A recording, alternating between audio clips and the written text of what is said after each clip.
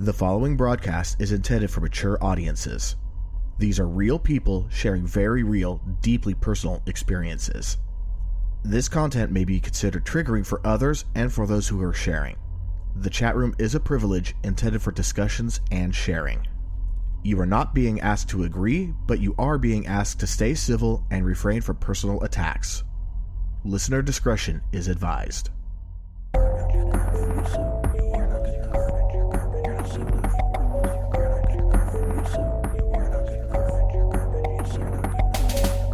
All right, welcome back. Season 7 of Am I Mental? I am your host, E, and with us, as always, is the co-host, Bexy. Hello, everyone. I'm so glad to be back. C is out tonight. They have a lot of homework to do, so they're trying to get caught up on that. Maybe they might jump in. We don't know yet. Sometimes, that happens. But yeah, this is a live weekly podcast where real people share real stories about living lives with mental health issues and things that impact mental health. If you want to help us out, and we could kind of use it right now, go to mimental.net/donate. There's a number of ways you can help us out. There's like PayPal, there's Cash App, there's Venmo. We have a Patreon, which actually might be disabled now because we had no patrons, and that's okay because LibrePay is so much better. Like, seriously. And if you want some swag, now that masks are back around again, we do have a Teespring store, which we do have, masks, t-shirts, hoodies, tote bags, stickers, all sorts of good stuff. Now, for the season finale of Season 6, we had mother and daughter. And they both, name-bombed each other a couple times. It was pretty funny. But, Mom went ahead and told their story about basically trying to raise a daughter on the run for a short while from the mafia and cartels because her boyfriend got them involved in that, boyfriend bouncing in and out of jail, and just the whole whirlwind around that. Tonight, we're getting daughter's point of view of how this all went down and how it impacted them. So if you guys want to say hi. Hello. Nice to see you guys again. Talk to you. Yeah, I think that this is great having you guys not only be the season finale of last season, but being able to be the premiere of this season because your story is just that big. It really is. It's definitely one that needed enough time to be told properly. So I'm glad that they're both able to come back and be here for a second show. Definitely. And I'm going to say it again. I actually, ever since Mother had mentioned it, I have been telling people about it constantly. Your smoke alarms have expiration dates. I checked. Holy shit, they do. My sister just checked hers because I was talking to her about it after this. She's like, shit, I need new smoke alarms. Yeah, I went and looked at mine and went, from the ones that we bought, when we bought the house, they expired back in the 80s. So yeah, we're getting new ones. You're welcome. Thank you. So yeah, so daughter, I guess we decided that we're just going to pick up where you started remembering things, since we already got your mom's side of it all the way up to basically today. All right, there might be a crying baby because I'm currently, changing diapers. That's fine. Barking dogs too. For the love of God, there's so much going on. It's okay. It's okay. Sorry. No, I would be mad too. And she was so quiet up until the start of the show. I talking the other day about when she was 5. I might need a second. I know, that's why I'm trying to cover for you. I think that's where she's probably going to start at.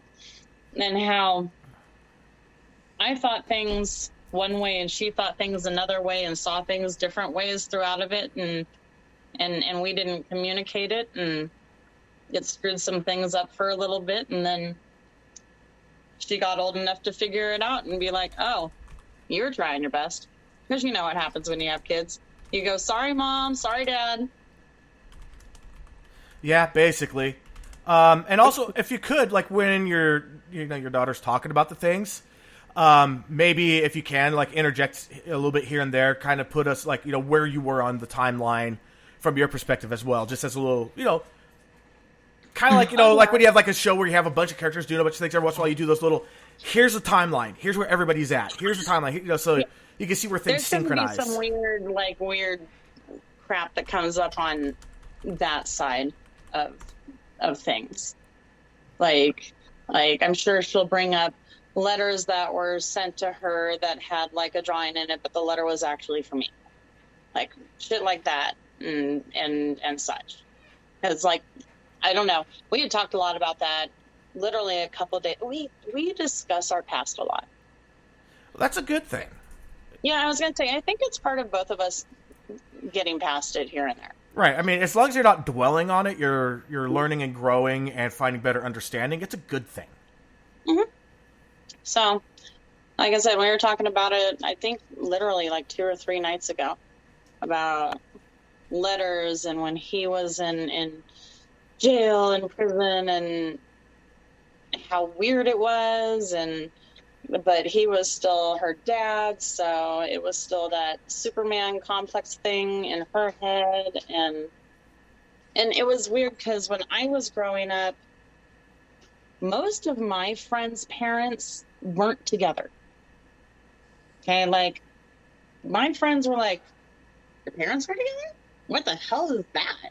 Yeah, like the crowd that I hung out with, they're all like, what? No, parents don't stay together. Yeah, and meanwhile, it's like all of my friends, all the parents stay together except for like a couple are like, what? Your parents broke up? Okay, and that was her. All of her friends were together. And her friends were like, what do you mean you're leaving for the summer? What do you mean you like spend time here and spend time there and do a Christmas here and not there and like, what do you mean? Right. And she was like, well, that kind of screwed with me because I wanted this whole family thing. Yeah, and and it's like my wife and my ex-wife and I, 2 days before Christmas was when she decided, our marriage was done. That was the most painful Christmas in my life. Yeah, man, what the fuck? Yeah, I was basically on the verge of crying the entire time to go through presents. Oh, yeah. Because there's really not all you know what's behind that, like what's behind everything, even if nobody else really knows what's going on. Yep, and then 2 days after that, she moved with my daughter, and I had the son. I was in San Diego, and she moved to Sacramento. Yeah, and I didn't make it up to Sacramento until April 1st. So I went 4 months without seeing my daughter. Did you talk to her? All the time. Okay.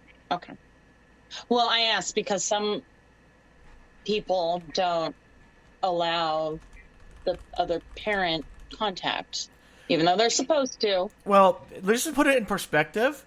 The boy isn't even biologically mine, yet she left him with me. If that's not a sign of trust, I don't know what is. Okay. Like our divorce is really peaceful. That's some cartel shit right there. Are you serious? Like that's some collateral shit. I'm sorry. I know. I was just. Well, I mean, he still calls me dad. The last time he needed to move back home, he moved in with me. Okay. We got a super tight relationship. Always have. And I've been his dad since he was 13 months. Family is a lot more who you choose. Hi, welcome back, sweet pea. Welcome back. See how long this can last. Huh? We're gonna see how long this can last. And Missy just said co-parenting is an art form, and it really is. Oh, it definitely is. I have, I have a lot of respect for the people who can co-parent and do it well, because so many people I've seen use their child as like a bargaining chip against the other person. And I absolutely hate that for the kid. Well, we actually discussed that the other night too, and how nice it was. This sounds really shitty, but honestly, there was a portion of him being put away that was nice. And the nice part is I got to make all the choices without having to fight with anyone, having to discuss it with anybody, having to go through the hoops, having to pull all the strings, having to make sure it's okay. No, fuck no. You're in jail. It's my choice. Yeah. I mean, it made that part of it super easy. And I can back that up 100% from my perspective because, like, I have a little sister who's my half sister, and she is from him and his previous relationship that happened after my mother and after he got out and everything. And so, like, he's out. Like, they were very, very involved together, and they lasted a couple of years, but then they ended up separating, and their relationship is just like, I don't want that. You feel me? I'm so blessed that I didn't have to grow up with that. I am glad I don't have to be in my sister's position. Yeah, like, going through what I went through and not having a father was very hard, don't get me wrong. But, like, having to deal with my mom and dad arguing constantly and never being on the same page ever, like, I don't know. And you can tell that she knows. She's been very, very aware of it since she was young. Right. Yeah, no, I mean, I don't really have much to throw in on that one. Because, like, I didn't have that experience as a child because my parents are still together. But I definitely had that experience, had to deal with it with my kids and my ex. Yeah, and it's the only thing we fought over through the entire divorce, and the fight didn't even last all that long, was who got the box sets of the Lord of the Rings DVDs. You know what settled the argument? She said, I will duplicate them. You have all the furniture. I went, yeah, okay, that's fair.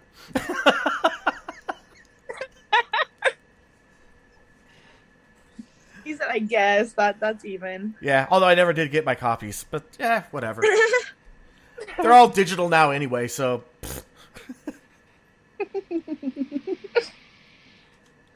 So, let's go ahead. So, 5 years old is about the beginning of what you remember solidly? Yeah, pretty much. We were in Arizona at that time. I don't know if that matters, if I'm not allowed to say that, but oh well, we had moved, and that's where we were. Yeah, we were, huh? So, growing up, it was just always me and my mom. That's the earliest memories I have. I never really saw my dad. There's pictures of when I was a baby, and I had seen him once on a visitation, and that was it. And I don't recall that whatsoever. I don't recall any of the pictures I have from when I was under like a year old or under 2 years old, because you don't really have that many memories by that time. So I remember getting phone calls from the prison like we talked about, and like the automated voice recording has just stuck with me my entire life. And every time I hear it, even if it's like on a video or on Facebook or anything, it still like gets to me a little. And so there were times where I didn't want to talk to him because it was weird. Like, yeah, you're my dad, but I've never met you. I don't really know you like that. Like, hi, it's nice to talk to you, but like, that's all I really know of it at this point. I'm not old enough to know the whole, like, hey, all I know is, hey, you're my dad, you created me, but like, you're not here, so like, it's my mom. Yeah, you haven't changed any of my diapers when I was younger. You haven't read me bedtime stories. You haven't comforted me after a nightmare. Yeah, like, I haven't been able to even talk to you like about anything. You haven't been able to see me on my first day of school or going to daycare or like picking me up and going and having lunch with your daughter. Like, none of those little things. And so I don't know, I just remember growing up and not wanting to talk to him, especially when it was on the prison calls, because I didn't know what to say as a 5-year-old. I didn't know what to talk about, like, as a 4-year-old, 5-year-old with this person. Yeah. So I would do the little like small talk, and then I would end up just getting up and going and play. I know I heard Mom mention the whole letters thing, and I was going to bring that up. I remember letters. That's all I remember. That was my favorite thing, most memorable thing that I cherished from the entire time. That was like the only thing I had that replaced my dad at that point, since he wasn't physically there. And so I don't know how often it was, but I would get like, he would make paper mache roses, and he would make like these cards, and it would be like actual cardstock and cardboard, and it would be Minnie Mouse and all these crazy characters, and it would be pop-up cards, and like his creativity just immersed completely in all of those. And that was my favorite thing, was getting little things from him. And so I kept this box, and it still has all of them, but I didn't realize until I got older, when I started to move. I was like 18, packing all of my stuff up. And I was like, hey, Mom, where's the letters? You know, like, Dad sent so many letters. Where are all the letters? And she was like, oh, you know, they're somewhere in here. You can go looking for them if you want. Like, we ended up finding them. And I went through all of them, or I just tossed them in a box, and I took them up to where I moved to. And I remember going through them, and I told my boyfriend at the time, who's still my boyfriend right now, and he went through them with me because we both have similar things with our parents. And so I started reading through all of them that I found, and almost every single one was actually to my mom, and almost none of them were to me. Like, it would be like 1 out of every like 5 to 7 were like, hey, Mickey, or shit. Well, I told you I wasn't ready for this. It's been a well, week, that was super close to a name drop, but it wasn't. It's not complete. It's Yeah, not complete. yeah. That's So- a parcel. you know, where was I with that? Because that screwed me up. You were talking about the letters and how many your mom got versus how many you got. Yeah, so like we would be going through them, and I would read them. I'm not gonna lie, because I want to know what happened. Every time I would ask my dad about any part of the situation after he got out, it would always be, oh, you're too young to understand. Like, ask when you're older. Ask in a couple more years, and I'll be able to give you the answers like you're searching for. But you're too young for me to tell you what happened. And so in my head, that didn't make much sense to me, because my mom has been very straight up about the entire situation and very upfront about everything. So, how old were you when he said this to you? Oh, I asked when he got out when I was 9. I asked almost every single summer I came to visit up until I was... Even now I still ask. Like, it stopped maybe when I was 18, because at 18 I ended up going to therapy, and I was very, very serious. I was so tired of having daddy issues. I was so tired of being heartbroken over this man who was never there in my life. And I was like, you know what? I have all this anger built up in me, and I'm supposed to be like 18, spreading my wings, starting my life. And here I am, pissed off at you, when you don't deserve all of my energy to be giving you in that manner, when you haven't been there to reciprocate any of the love that I've given you over these 18 years like that. And so that is the main thing that made me like stop asking questions verbally to him. I still have my own questions, but every single summer since I was 9, it was always, you're not old enough. You're not old enough. Probably around the time I was a freshman in high school. You're like, I'm old enough now for sex, drugs, and rock and roll. Yeah, like when I was a freshman in high school, he had told me a couple of stories, but the stories he told me were the hero versions of him. They weren't the things that he did bad. They weren't actual human. Like, it's not life that shit happens every single day to normal people and normal human beings. It was, oh, you know, I did this because this person was bad. that does no. That's you don't get arrested because you were playing hero. Right. And Like- at that age, you're Your starting mom to is realize cracking that- up. Hold on. I'm gonna come in here for a second because during this I'm 18-year-old conversation, where by the way he is where we live, and I am taking him to court right before she turns 18 to get back child support. So fuck you. All right. So, On the week of my sitting there, 18th birthday. and she is pouring her soul out, and she tells me you're not allowed to say a fucking word while we're doing it. I told both of them that. I said, listen, I'm going to say what I need to get off my chest. I've been going to therapy for 4 months now, every single week, back to back, and it's my turn to talk, and it's your turn to listen. I know. It's But, like, cracking me up because she's sitting there and he's like, well, I'm sorry, I can't help it. It's so fucking dumb. Well, I was out taking care of so and so, and I was there for so and so, and she at 18 just goes, yeah. So you were out there for all of them, which meant you weren't there for me, and I was just like. That's why I'm dying in the background here. Okay, there you go. It's all you now. And also, Bexy had something that she was trying to say. Oh, I was trying to say that at the age you were at the time, and he's trying to tell you this version of a story where he's the hero, you're old enough to realize that your parents aren't perfect and to see through the bullshit like that. I mean, And that's what I'm saying. And he had a rough childhood. He had rough parents just as well. So I'm very, very confused as to why he thought I wouldn't be able to, like, process things.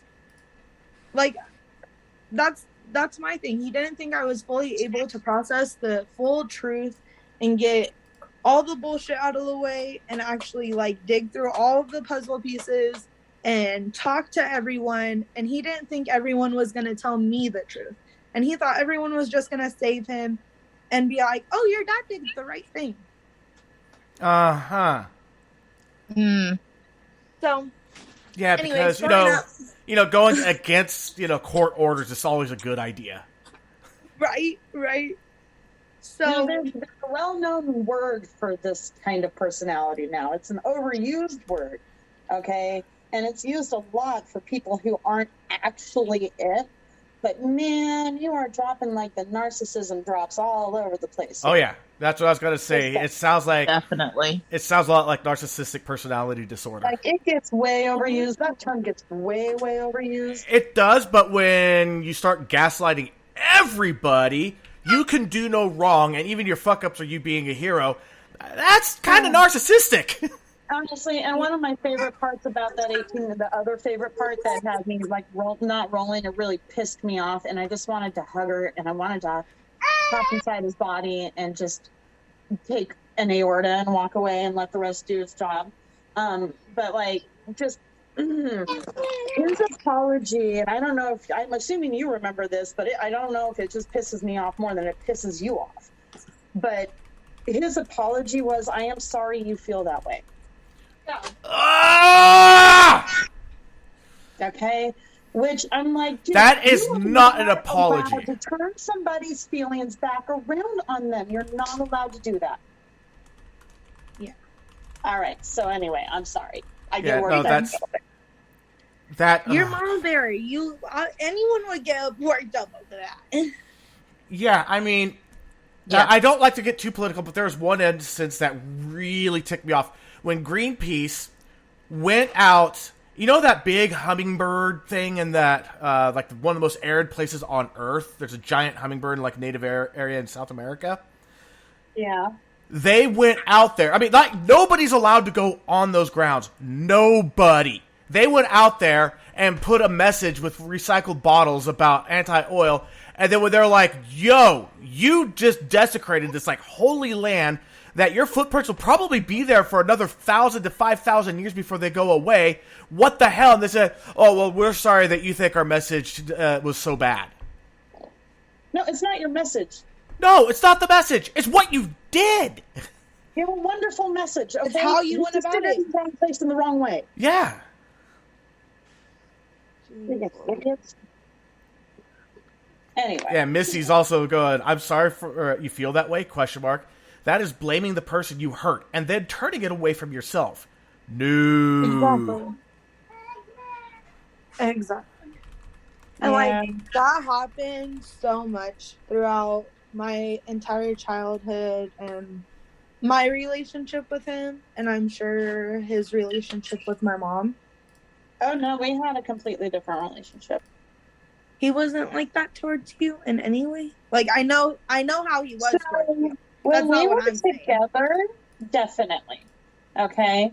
But here's the deal. As I've gotten older and I've really learned about people, and I really don't like talking. I feel like I'm talking shit, but I'm not. I'm speaking the truth, okay? So as I get older and I learn about people, you see how do I want to say this? You see how people learn who people are and therefore how to manipulate them in the correct ways. And he's a master manipulator. He is. I think he's finally coming to the end of his manipulation rope. Like, I think he's almost, like, run out of people to just, like, charge through. Well, that's the amazing thing about this planet. There's almost 7 billion of us. He'll find more. So, like, for me, it wasn't, like, the gaslighting and this and that. It was more a manipulation. Okay. It was a different aspect. It was a different thing. I feel you. And I didn't see that, and I mean, come on, you were there. I went back, and that was like, oh, yeah, no, oh, no, yeah, oh, no, like, it's very tricky. Oh, I can't believe that came to mind. Very Ted Bundy-ish. I could see that. I mean, he had you wrapped around his fingers. Oh my God, so tight. I mean, holy hell. Seriously. The man could have chopped fingers off and I still, would have loved him. Yeah. I have a feeling he could have drop-kicked a puppy off of Box Canyon Bridge and you still would have loved him. He probably could have drop-kicked me off of fucking Box Canyon and I would have crawled back being like, motherfucker, it's all right! Now, if anyone's curious, if you find the old seasons of Rescue 911, there is an episode about the Box Canyon and it was like the firefighter's chief's daughter was playing hooky from school and fell and got seriously injured. Friends. Yeah, and one of her friends. She got seriously injured. They had to get the helicopter to come in because when we say Box Canyon, we're not bullshitting. This thing is almost sheer cliffs. Like, ugh. Like, I would like to say there's no in, there's no out, but I guess there is an in. Well, yeah. Well, there's always an in. Apparently, the out's with helicopter. Whoa. Yeah. So she's looking it up right now. Did you find it? Yeah. Yeah. We actually, our hometown had 2 episodes of Rescue 911. There was that one, and then there was the logging truck that its brakes failed coming down Everett Memorial Highway. And another truck went in front and used his brakes to stop both vehicles. It was a freaking miracle. No, Otis. Because those brakes are only meant to stop one fully loaded truck, not 2. Right. Yeah. Especially going down that steep-ass, curvy little road. The most dangerous curve on that road, in my opinion, is the very first right-hand turn when you're leaving the old ski bowl. It is way sharper and way steeper than it appears. Stop it. I have seen. They have it marked at 25. It should be a 15. Yeah, and I've seen so many cars almost go off the cliff there because of it. Do you think I'm going to feed you because you're barking at me? You're on your mind. Oh. So anyway, that tangent was fun. I remember all of that and the letters we were going through. Majority of them were to my mom. As I was reading them, I definitely found out a lot of information that we'll talk about later on when we get to that point. But yeah, I just remember there being letters. That was my favorite time. I did like talking to him. I didn't like talking to him for long periods of time because I got uncomfortable. because I don't know how to deal with awkward silence or awkwardness in general. And I get uncomfortable in awkward situations. Okay, everybody So, like, quiet. Everybody mute. That's the worst thing to do. Let's all just walk away right now. I couldn't help it. Anyway. You're gonna get shrimp slapped. Oh. And just on this quick side note, I love your Rugrats shirt. Like, I seriously love the Rugrats. I got my kids into Rugrats. She has the best shirts. She has got the best shirts. She's got a Pac-Man shirt. She's got some of the best shirts I've ever seen. On the freaking back of it. That is I awesome. love the shirts. The movie was amazing. Adam has a Rugrats Rugrats. movie? What was that? The Rugrats movie? Yeah. The all grown up? No. The one when Tommy's little brother was born. Oh, I love that one. Yeah, Adam has a Reptar shirt. Really? Really? Oh, God, Reptar. He loves Reptar. Yeah. So my 6-year-old, when I first put it on, she's like, and then she got way into it, and like both of them, no, the dog, save the dog. I mean, they got so into every time. They just get way into the imagination side of it. And I'm like, this is awesome. That's what it's about. Yeah. That's what all of them are about. So that's why Foster's is hands down my very favorite cartoon ever. Foster's Home for Imaginary Friends. I still haven't watched that. What? Oh, No, Adam you loves broke that my show, heart too. into like 70 different pieces. The concept is amazing, okay? It really is. It's the fact that when you grow up, you grow out of your imaginary friends. So where the hell does your imaginary friend go? So there's a foster home for imaginary friends so that they can find imaginary friends, a new kid that matches them. Okay, I'm going to have to check that out now. Yeah, there's It's my cute, very so. favorite. My very favorite episode is one where this kid loses his imaginary friend, okay? And the child is blind, and he's looking for and fosters, the people at the foster home are trying to help him find his imaginary friend, and the child's blind, and when he finally finds his imaginary friend is nothing but a blob full of eyeballs. Oh, that's adorable. Okay. Like, you can't not love something like that. Anyway, Well, you need to watch an episode. It'll get your heart in an instant. It really will. My favorite cartoon growing up, I mean, it's kind of obvious. It was Beavis and Butthead. I was a I Ren love and Stimpy Beavis girl. and Butthead. I was all about the stupidity of Ren and Stimpy. Oh, I love Ren and Stimpy. Okay, I so love Ren and Stimpy. So at 9 years old, I'm assuming that your mom is giving you more information than your dad is about what happened. Yes, a lot more information. 'Cause, I mean, your guys' relationship is it is amazing. We were so close, and we still are, but at that point, we were very, very, very close. And so, I went up to go see him for the first time, and it was during winter. It was cool.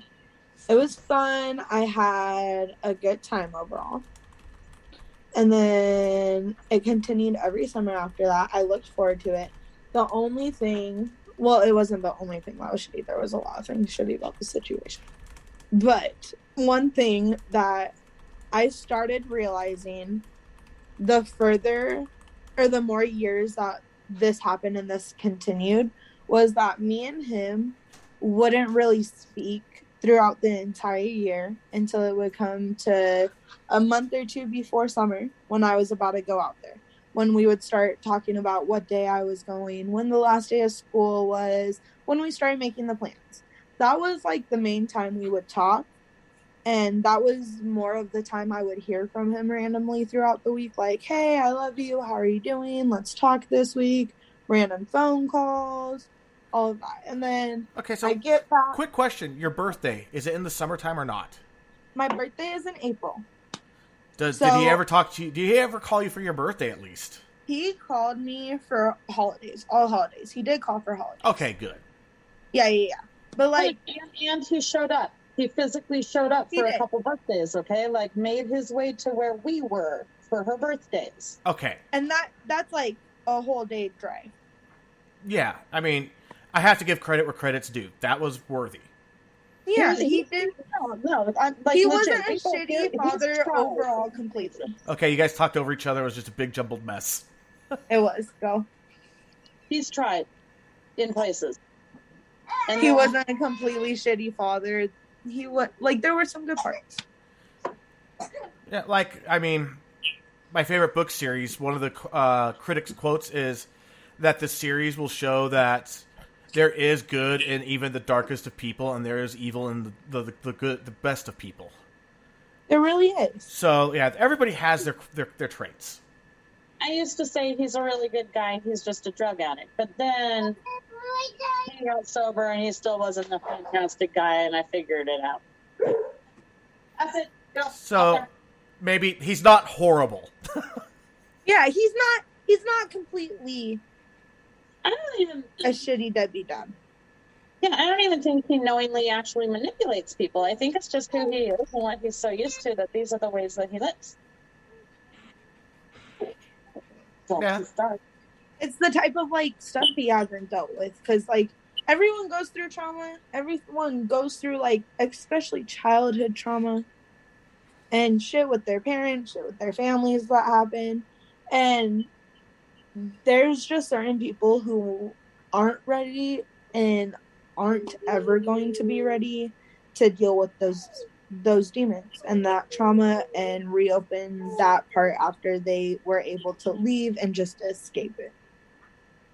So I don't think he fully recognizes all of his personality traits that are negative. He knows all of his positive traits, but all of the negative traits.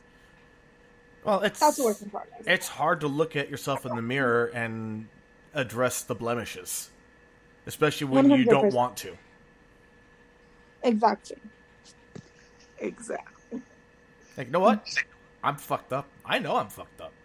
But Oh, me too. Especially when deep down you might actually know that you're a total piece of shit. It's really, really hard to be like, wow. You know, like, honestly, I found, like, I went through my therapy session last week and it hit some shit that I didn't know was in there. And it fucked me up for an entire week. So, like, to maybe even possibly knowledgeably know, like, really know that you're more of a mess than I am. You might just want to avoid actually looking into that because that's scary and it's ugly and it's painful and it's fucking hard. And there's a lot of people who don't I have love it. you. I love you very much. But man, you were a fucking mess. Me? Yeah. I'm a giant fucking mess. You're a lot better off now. Than 4 months ago. Should have seen me 4 months ago. Actually, 4 months ago was the worst time of my whole motherfucking life. Really? Yeah. Wow. I made it through all this shit in the blink of an eye. This was nothing. And honestly, I don't know what the fuck happened. I lost myself completely, and then I had a massive mental breakdown, which is when I hit you up and asked you if you had ever gone into inpatient care. Yes. That's why I asked, because they wanted me to put me in fucking inpatient care, and I was like, I'm not sure that's like the route I'm fucking take. For me, the inpatients, like the 24 hours a day stuff, didn't do nearly as well for me as the IOP did. IOP was amazing for me. So I had really, that's why therapy hurt last week. Because I have a really amazing therapist that's like, no, dude, you're not going to fucking sit in here and just talk to me. Like, we're going to find out why you're not okay. Let's fix it. That's a good therapist. Yeah. He's an awesome therapist. I mean, I hate it. I hate going to therapy because it hurts, and it fucking hurts bad sometimes. There's good ones. But on the same level, like, I went in this week, and I told him, I was like, I don't fucking like you right now. I was like, I did not want to come in this week. And he goes, why? I was like, because you fucked me up for a whole week last week, and I'm finally recovering. And he goes, okay, well, then let's not work this week. Let's just talk. That's a very good therapist. I'm like, he's like, no, you can't have 2 bad weeks in a row. That's not what we're trying to do. So I found a really, like, prime, amazing therapist who wants to fix me and doesn't want to just sit there and listen to me. Yeah, Anyway. I've always liked the therapist that made me go, like, what? Shields up? No, we don't want to go there. And it's like, God damn it, you're right. We have to fucking go there. Yeah. Because honestly, what is sitting? I mean, I could sit here and talk to you all goddamn day, but still not fucking fix anything. So why would I pay somebody an outrageous amount of money to do the same thing if they're not going to actually make me work on myself? Because I'm not going to sit in my house and work on myself. That shit hurts. I mean, after he fucked you up, you spent the whole week working on yourself, so, you know. Oh, yeah, I had a rough week. I had a rough fucking week. But I got a lot of love, and there are people out there who are really amazing. And you know what? None of us is, like, your feelings are yours, but never of us is ever actually, like, alone in your situation. Yeah, like I've said, God, I can't say how many times now, your situation that you're going through may be completely unique in all of human history. But there's only so many emotions that you can have, and we've all had them. Yeah. So even though I may not be able to relate to your situation, I can relate to your emotions. For the feelings that it causes. And even if somebody else was in my exact same situation, they wouldn't feel the same feelings. Not necessarily, no. I mean, you know what I mean? It's... Anyway, that was a fun offshoot. Yes, I was a big fat fucking mess and actually was forced to go to therapy when all this shit started going down, which is why I hated therapists for a long time. Man, how many episodes are we going to have with you? Because it sounds like we have another one coming. just saying. No, if we could, I'd like to plan one for the middle of May, all right, 2022. We can do that. Because May 16th is my I didn't fucking kill myself day. We can do that. I don't know if it's going to be the 16th, but we can do that week. Yeah, okay. Because I'm down for that. Because honestly, I'm striving for a year. 1 year is going to be a beautiful fucking thing. So. But yeah, I was a mess then. And I'm a fucking mess now. But that's okay. We all come back from it. She's been a fucking giant mess. Oh, holy hell. That poor kid. My poor kid. I love you. Speaking of poor kid. Go back to your mess. We're done with me. We talked about it last time. Your fucking turn. I just let you do you, Mom. Yeah, don't do that, dude. That's dangerous. So, don't just let me growing up,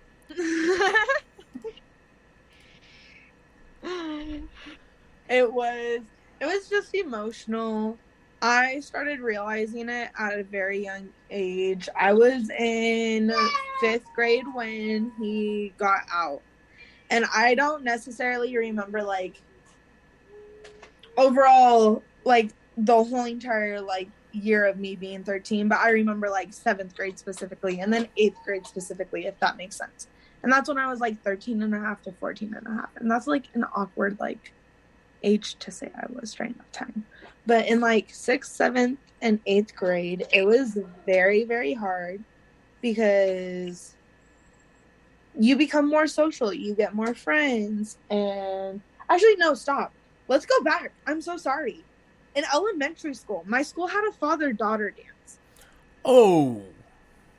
Yeah. I've been waiting for that. Dude. Yeah. So, like, it was an annual tradition. It happened every single year. My grandfather, which is her dad, played a huge father role for me and stepped up immensely as, like, a role model and a male figure in my life. And so, from everything that your mom has said about her parents, I could see that. Absolutely could see that. Yeah. So anything I needed, I was able to call both Grammy and Poppy and anything. Hey, I need you. Hey, I just want to hang out. Hey, can you come do this? Hey, can you pick me up?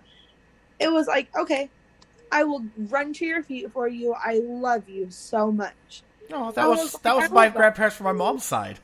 Yeah, exactly. It's great. It really is. And so they ended up moving down with us a couple years after we moved. And we were all living in Arizona. And as I was going to school, I don't know how it came about, but I think we were all living in the same house. And so it had been mentioned. And I just remember going to the father-daughter dance with my grandpa. And at first it was very emotional because I didn't think anything of it until I got to the actual dance. Because it's different when you're in your own reality and then you step into, like, the real world and you see everyone else's families. And so to see all of my friends with their dads, to see like all of them taking these professional pictures and having these special slow dances and all of these cute little moments, I was grateful that I got to do it with my grandfather. He is an amazing person, but it was so shitty that I did not have my actual dad there to go to the dances with. And like the fact that I couldn't, even if they were separated and he wasn't in jail, like at least he would be able to go. And it wasn't even a case of that. Like, you real life were not able to participate in anything in my life. I was in cheer, I was in choir, I was in band. I was very, very much like my mom. I was fully involved in school. I was a social butterfly. I had so many events throughout my childhood and Cookie cutter. Yeah, I was very cookie cutter, okay? I really was. I'm not gonna lie. I was an AB student. I was on top of stuff. It sounds cheesy. Okay, you guys can make fun of me. There was a recycling club back in elementary school for like 2 years. It was called the Green Team. I was so part of the Green Team, okay? No, you know what? That's awesome. Okay, now I gotta ask, what instruments do you play? Flute. Oh, you're a flautist. Yes, sir. Not very much anymore. But, but when I was pretty good at it. Okay. Nice. Yeah, I played trumpet and baritone. Really? Yep. I Yep. always wanted to try the trumpet. So fun. It would have been so neat. It fits my personality. Loud and high pitched. Baby, you were incredibly good at the flute. Choir, I love you. Not so much. Let's not sing. But yeah, I sucked that choir. We talked about that. I have no clue how I got into she's like, I don't know why I ever even tried. No clue. No clue. I embarrassed the shit out of myself going around and singing like I was Mariah Carey, okay? Trying to hit them notes. Ooh. It was not good. I was not full on like Mariah Carey. Let me not embarrass myself that much. But you know. I'm going to say, I don't even think Mariah Carey can hit Mariah Carey's notes anymore. Oh, yeah. Hey. So, it was just like rough, all those little things. My school was very involved in the community. My community was very just one big family. We would have family campouts at my school. So our school would reserve a huge campground at our lake, like 30 minutes away. And it would be school funded. All of the proceeds would go to our school. And all of the families would be able to come and pitch up tents. And we would have movies. We would be able to go swimming. There's wild donkeys. You can go hiking. Like, all of these fun things to get involved. And like all of those little things my dad wasn't there for. All of my band concerts, all of my choir concerts, like parent teacher meetings. That was another thing that got me, was growing up at parent teacher conferences.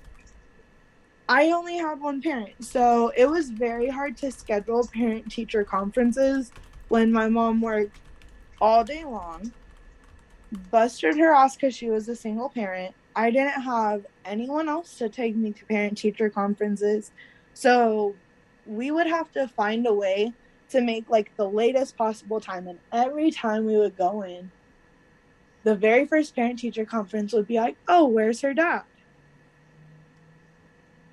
Every single time, because that's not, like, something you talk about at, like, meet the teacher or your first day of school. You feel me? And that's something, like, you get more into. Not like, a teacher's not going to be like, hey. I like music, I like cheerleading, I like science, and my dad's in the clink. Yeah, like... I mean, that's just like, you don't say that. Exactly. So that question would always be brought up so often was... It's like, and why is your dad in the clink? Oh, he's a drug dealer. I mean, come on. No, listen, okay. Can we real life talk about that? I said, I understand how adults shit themselves when children say things that are just like out of this world.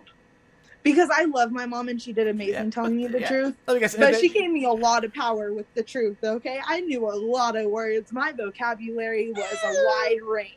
And I had no shame in telling teachers straight up, like, hey, my dad's in jail because he sold drugs. Yeah. And, like, kids would ask me, they'd be like, hey, like, where's your dad? And I'll be like, oh, he's in jail. For what? Because he wanted to sell drugs. What else do you want me to say? I can only imagine the look on their teacher's face, too. Because that's probably the last thing they'd expect to hear. I mean, the only thing that would possibly be worse is, oh, my dad was a serial killer. You know? Right? And none of that processed to me until I got older and out of high school, where I was like, dude, I was in, like, fifth and sixth grade literally talking about this shit during class time. Like, it was a normal holiday. Like, hey, we had mac and cheese last night. Yeah, my dad's still locked up for selling drugs. I got a collect call from my dad. Literally, what else do you say? Super innocent teacher. We will refer to her as Mrs. Sprinkles. Okay. You know who I'm talking about, right? With Mrs. First Sprinkles? grade. Yes, Mrs. Sprinkles. Okay. So she was such a sweetheart. She was so sweet and so innocent, and I love her so much. I really do. One of the best teachers ever. Loved her students so much. But she was one of the ones that my child, ooh, that was so close, and then I caught it. Ooh, good shot. Anyway, that my child... I was in first grade, so I don't remember much dropped of this. the dad's in prison for drugs bomb. And so that got brought up during parent-teacher conference, actually. She was like, she's very comfortable with stating what's going on in her family. I'm like, okay, what now? She's like, oh, well, the whole class knows that her daddy's in jail for drugs. And I'm like, well, I mean, what do you want me to do? You know, but she's like, no, I thought it was very interesting that she's just so comfortable with it. Well, I mean, it's kind of her life, you know? And, like, Miss Sprinkles is very reserved, very, like, I wouldn't say full on, like, strict Christian Catholic stereotype, but she is somewhere on the path of that. So, like, for her to just, like, hear that, and for her to, like, that's very taboo. Their family does not talk about that. I grew up with that family, and now, knowing who she is, I can't believe I ever said that in front of her. That's funny, though. And actually, Missy threw out a really good comment. It's like my dad's choices aren't mine and have no bearing on how you should view or treat me. Thanks. Yeah, pretty much. Like, just because my dad decided to make those decisions. Yeah, and it's like, there's the whole thing of don't punish the child for the sins of the father. Yeah, exactly. Yeah, you are not your parents, you know, and so many people. You're pretty close cookie cutter to your mom. Well, I'm gonna say that, but listen, I think you avoided some of her pitfalls at least. That is all I hear. You're exactly like your mom. Haven't necessarily, but that's all right. Yeah, no, actually, one teacher that I had, my 6th grade teacher, saw my last name and went, wait a minute, who's your dad? I'm like, my dad's this way. He's like, okay, I didn't teach him. Who is this? I'm like, oh, that's my uncle. He's like, wait a minute, you're the next generation? I'm like, yeah. He's like, how many are coming up behind? I'm like, a bunch. He retired the next year. He realized that there's a bunch of us coming. There's a bunch more of my family coming up. He's like, nope, I went through one generation. I'm done. He retired. Go ahead. Unfortunately for me in school, because of family that came before me, and not necessarily my brothers and sisters, but other cousins and things that shared the last name, I was automatically looked down on because of their actions. And I'm like, I'm not them. Yeah. I was told by nothing like them. I was told by one of my uncles, make sure that they don't figure out your mom's maiden name, because if they figure that out and figure out who I am, your life's going to suck.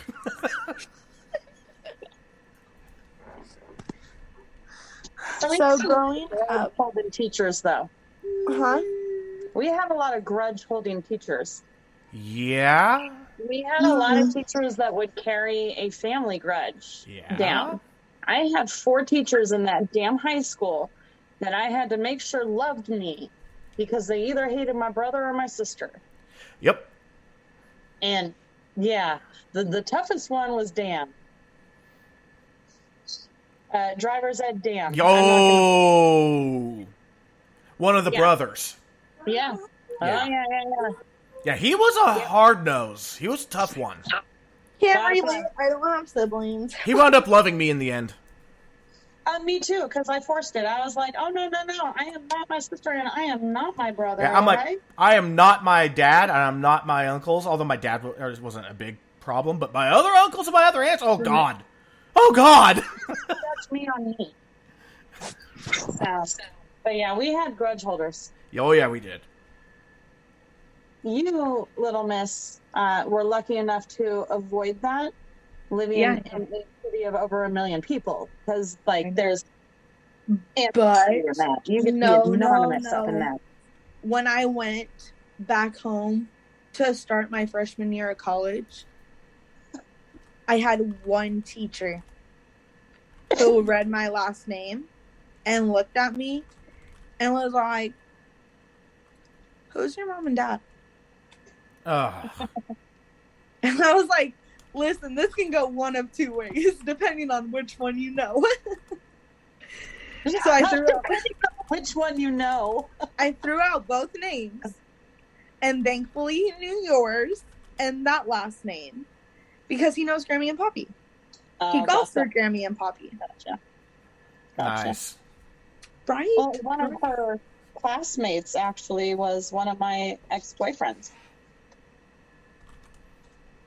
Yeah. Do you remember how am I going to go about this? All right. So we'll get about it some other time. We'll talk. Okay. Business class. Your business class. Oh, I know which one you're talking about. I think the other driver's ed? No. Oh, no. In one of her classes at the JC where we grew up. Okay. One of my ex-friends and ex-boyfriends was in one of her classes. And it's the one that was in your business class that you sat in the thing and he was like, "Are you?" And you were like, "Yeah." And I don't know if you're even going to remember that because there's a lot of... Because there were so many every single freaking week. It was like, "Hey, what are your parents' names?" Yeah, "Hey, I know your last name." "No, you don't." Anyway, that's the fun small town stuff, and she didn't have to go through that until she got into the small town by choice because she ain't smart. Yeah, I would not advise living in that town. She didn't either. She didn't either. No one did. It wasn't half that bad when we were there. It has just gone to hell since. Pretty much. But growing up just sucked. Not having my father around. If you would like the truth. Don't know how to put it. We love pictures. It sucked, right? It sucked growing sleepovers and going over to friends' houses and being there for a night and seeing them having a full family and a dad and how their houses and having siblings. And at the time, I was very bitter about it, and my concept of a family was misrepresented by my emotions, and I felt like a family was this big family and all of the positions are filled in it and there's all these people and everyone has a title and it's just perfect and cute and quirky and cookie cutter. But a family is a mom and a daughter. A family is a son and a dad. A family can be one person. A family can be 2 people. A family can be your dogs. The amount of people you have in your family doesn't define whether you have a family or not. And I didn't understand that at the time, being a kid and not having my dad there. Well, yeah, I mean, as a kid, you are kind of forced to try to take the normative view of things. that relations actually matter, and it's like, really, they can be useful, but it's the individuals and how they treat you that matters the most. As we've said multiple times, the blood of the coven is thicker than the water of the womb. The family you choose is more family than the family you're born with. Exactly. Fortunately, my family is pretty awesome, so I'm pretty happy. I feel that. My family is awesome. And Miss, you just pointed something out. A lot of outwardly perfect families are really messed up, too. And that's true. Yes. And also, 100%. Bitterness skews everything because there's pain behind it. Yeah. And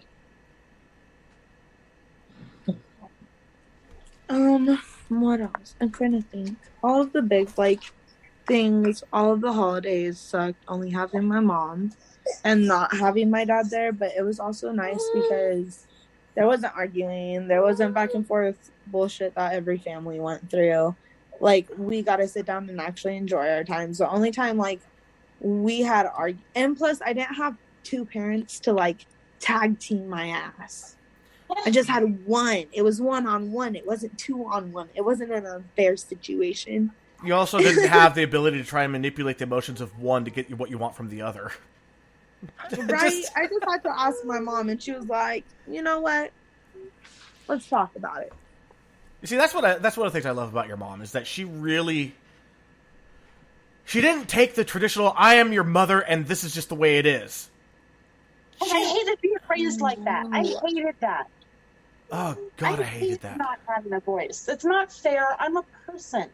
Yeah, I should have a voice. It's like I tell my 6-year-old. Parented so well. Yeah, it's like my 6-year-old. I'll say, hey, you know what? It's time for bed. And she'll be like, well, can I do this? And I'll allow her to ask. A lot of times it's going to be no, because it's really late and whatnot. I'm going to justify my logic behind it. Yeah. I mean, a lot of people are like, you don't need to justify it to your child. I'm like, well, I want my child to understand. No. Exactly. No one can learn if they don't understand. Yeah, because I said so, it's like the worst. I was about to say, that was my most hated phrase growing up. I was never given a reason why I couldn't do anything. It was always just because I said so. And that was the end of the discussion. That's how it was with my dad. Guess who's never said that? My mom doesn't say that. My dad has. You have an awesome mom. Yeah. Not once in my life did I say that to that child. No effing way. I mean, I've done it just to be a jerk. But then afterwards, they're like, really, Dad? No, not really. Let me go ahead and tell you the truth here. Just...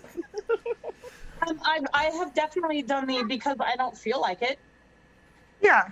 Yeah, it's honest. Can't you legit reason? But I'll tell you why not. Because I just don't feel like it. Why won't you take me to my friend's house? Because I really don't feel like it. I've also changed the way that I relate to Adam when he's in trouble, because I don't tell him. I don't tell him you're a bad kid. I tell him your behavior was bad and it is unacceptable. Yep. Exactly. Oh, my 2 youngest ones, they love calling each other bad. And I'm like, no. It's like, you are not bad. You're acting badly. You're behaving badly. You are being bad right now, but you are not bad. Exactly. You're not a bad person. No, you're just... I was growing up, I was always scared of... I didn't like anger. I didn't like people being angry. Anything I could avoid, like confrontation, angry, all that shit. No, we didn't do angry. So when she was growing up, if I was getting pissed, I would listen, I'm not mad at you, okay? I'm frustrated with the situation. Yep. I'm not angry at you. It's really not you. It may be what you did that upsets me. But it's not you, Yeah. Nothing's wrong with you. It's not you. Yeah, kind of like when one of my kids tries, I had to explain this one to my wife, where the kid says, I hate you. She took it pretty personally. I'm like, they don't hate you. They hate your ability to thwart them. Yes. And Yeah. like, And they despise your decision in that moment. Yeah, You they know. can't articulate it properly. All they know is that you just said something that made them mad. They hate it, so they're just going to attach hate to you because that's how a child's brain operates.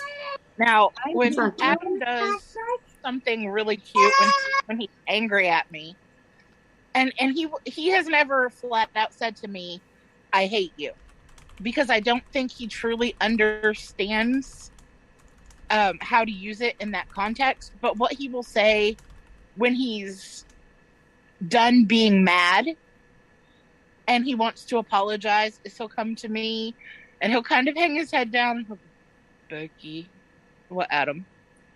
I'm sorry, I hate you. Aww. Oh, shut up. Like, Adam. You said I can't be mad. Like, Oh don't, no, I can't. It gets me every freaking time.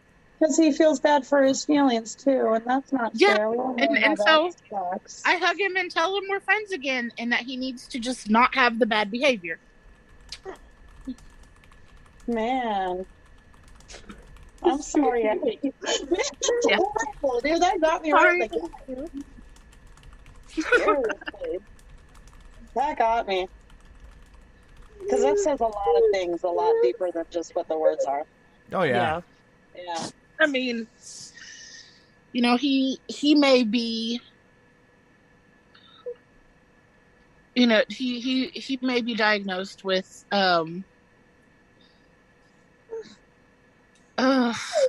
IDD, intellectual disability disorder. But he is the smartest kid I've ever seen. He's very intuitive. He is. That happens a lot with. He really is. I mean, even E saw him earlier today sucking up because he had gotten into trouble the other day. And he was all, I love you, hug me. He's like, you manipulative little shit. Trying to make it all better.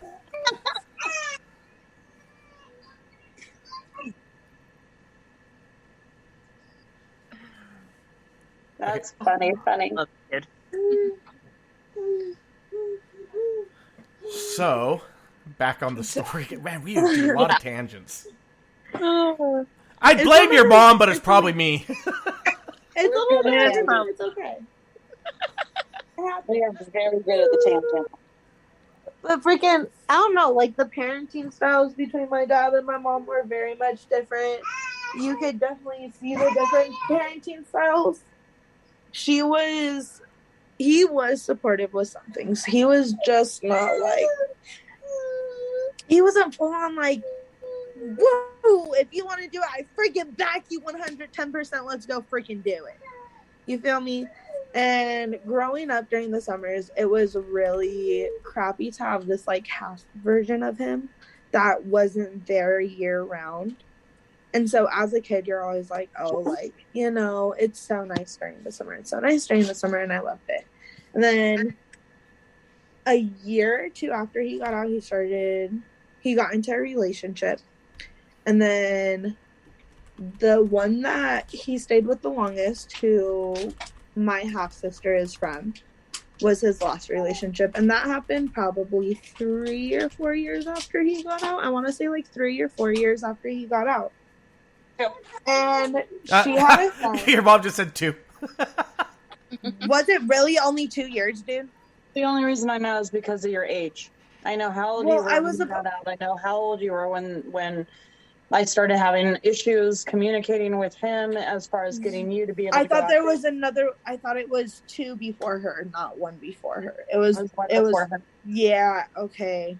Anyways, but she was a sweetheart. She had a son. Her son was a year or 2 younger than me. That was the first like sibling I ever actually like. Well, it's my second sibling I ever had, and we were pretty close. He was a shithead, but it sucked because he was a guy, and it sucks saying that gender changes things, but gender freaking changes things. Because as a girl, I was into dance, I was into cheer, I was watching like Cowboys cheerleading and Speaking of dancing and all of these little things. And my dad loves the Dallas Cowboys. So, like, that was one thing we definitely could, like, talk about and connect on. We just identified a root problem with your dad. Hey, don't talk shit about the Cowboys, okay? Say it loud, because she likes them too. Just say it louder. I know they suck. I know they suck. Can I just get that out there before anyone says anything? I know they suck. Okay? It doesn't mean I can't love them. No, that's fine. If I'm a Cowboys fan, I have to love them even when they suck. Yeah, just like Exactly. I rooted for my team the 2 times they went 1-15. So yeah, you know, if you're a true fan, you like them, you root for them regardless. But you're gonna hate the team I love. It's the 49ers. That's fine. That's my second team. It's okay. I know I'm not allowed to have second teams. But Yeah, you are. My second team's the Chargers. Wait. Did you say the 49ers? Yeah. Yes. That's all right, because all y'all are going to hate me. Up until a couple years ago, when they really became traitors, I like the Raiders. See, this is why we never dated. Never in my life have I ever sported Raiders gear, because I sport my Cardinals gear from AZ. So, but the Raiders is a family thing. Raiders and the A's is a family thing. My uncle used to write for sports columns. 49ers. Oh, there you go. This year. Let's just get that out. If they could stay healthy. They already have 2 of their top players on IR. Are you serious? Yeah, Raheem Mostert. I don't want it to be like last year, because it was like every single game one of the main players was out. Yeah, Raheem Mostert. He only got like 1 quarter of play in. Took a knee injury, having end of season surgery. I take it back, ladies and gentlemen. Yeah, and Dre Greenlaw, he just took an injury. He's out for 6 to 8 weeks. Yeah, it's scary, similar to last season. They have all the talent in the world, but they can't stay healthy. Right. Ugh. But freaking, that was like the main thing we connected on, was just like Cowboys or football in general. And then we would hang out outside. You know, I was a nature kid. I was a tomboy. I got down in the mud. I did not care. I loved it. Me and Mom would have mud fights. She taught me to get down and dirty and not to be afraid of dirt. And so it was fun. It was cool. I can connect on that level. But it always seemed as if, like, there was just something missing between that. Like, the connection just still wasn't there, no matter what. I remember watching, like, a pageant show or dance or Cowboys cheerleading or something that was in that interest. And I remember him being like, why are you watching that? Like, there's no reason you're going to watch that, because that's not what you're going to do in your life. Like, that's not what you're going to be. And I told him, I was like, what if that's what I want to be? And he was like, and he basically laughed and said that wasn't going to happen.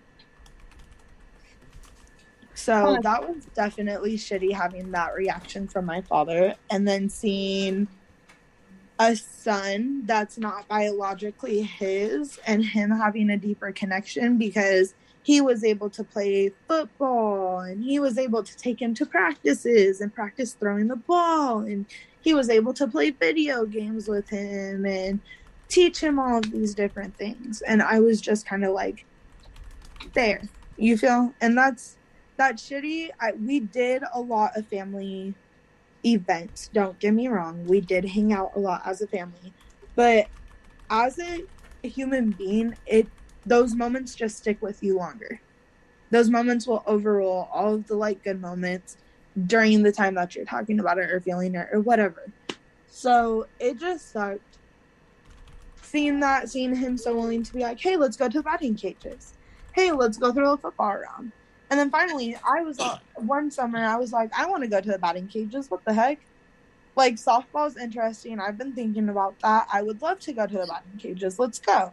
And so we all ended up going, and it was fun. And that became our little routine, was all of us going to the batting cages. But it still seemed like they were always somehow closer, and a connection was missing, because both of them grew up without their dads. And so for my stepbrother to all of a sudden have a dad that was never in his life, and now he has a male father, like, he clinged to that. And my dad never had, like, an actual child their full year round, and that was the first kid he ever had full year round. So there was that connection, and plus it's just a father-son bond. So that sucked, and that definitely got to me watching and witnessing all of it growing up. And I know vice versa, same with my stepbrother. Me and his mom got along very well, and him and his mom have such a terrible relationship. So I know that pissed him off having his mom side with me, and I can only imagine how he felt. But, like, for me, it just sucked. Because, like, at least he got, like, both of them. You feel me? I'm still sitting here with just a mom. Yeah.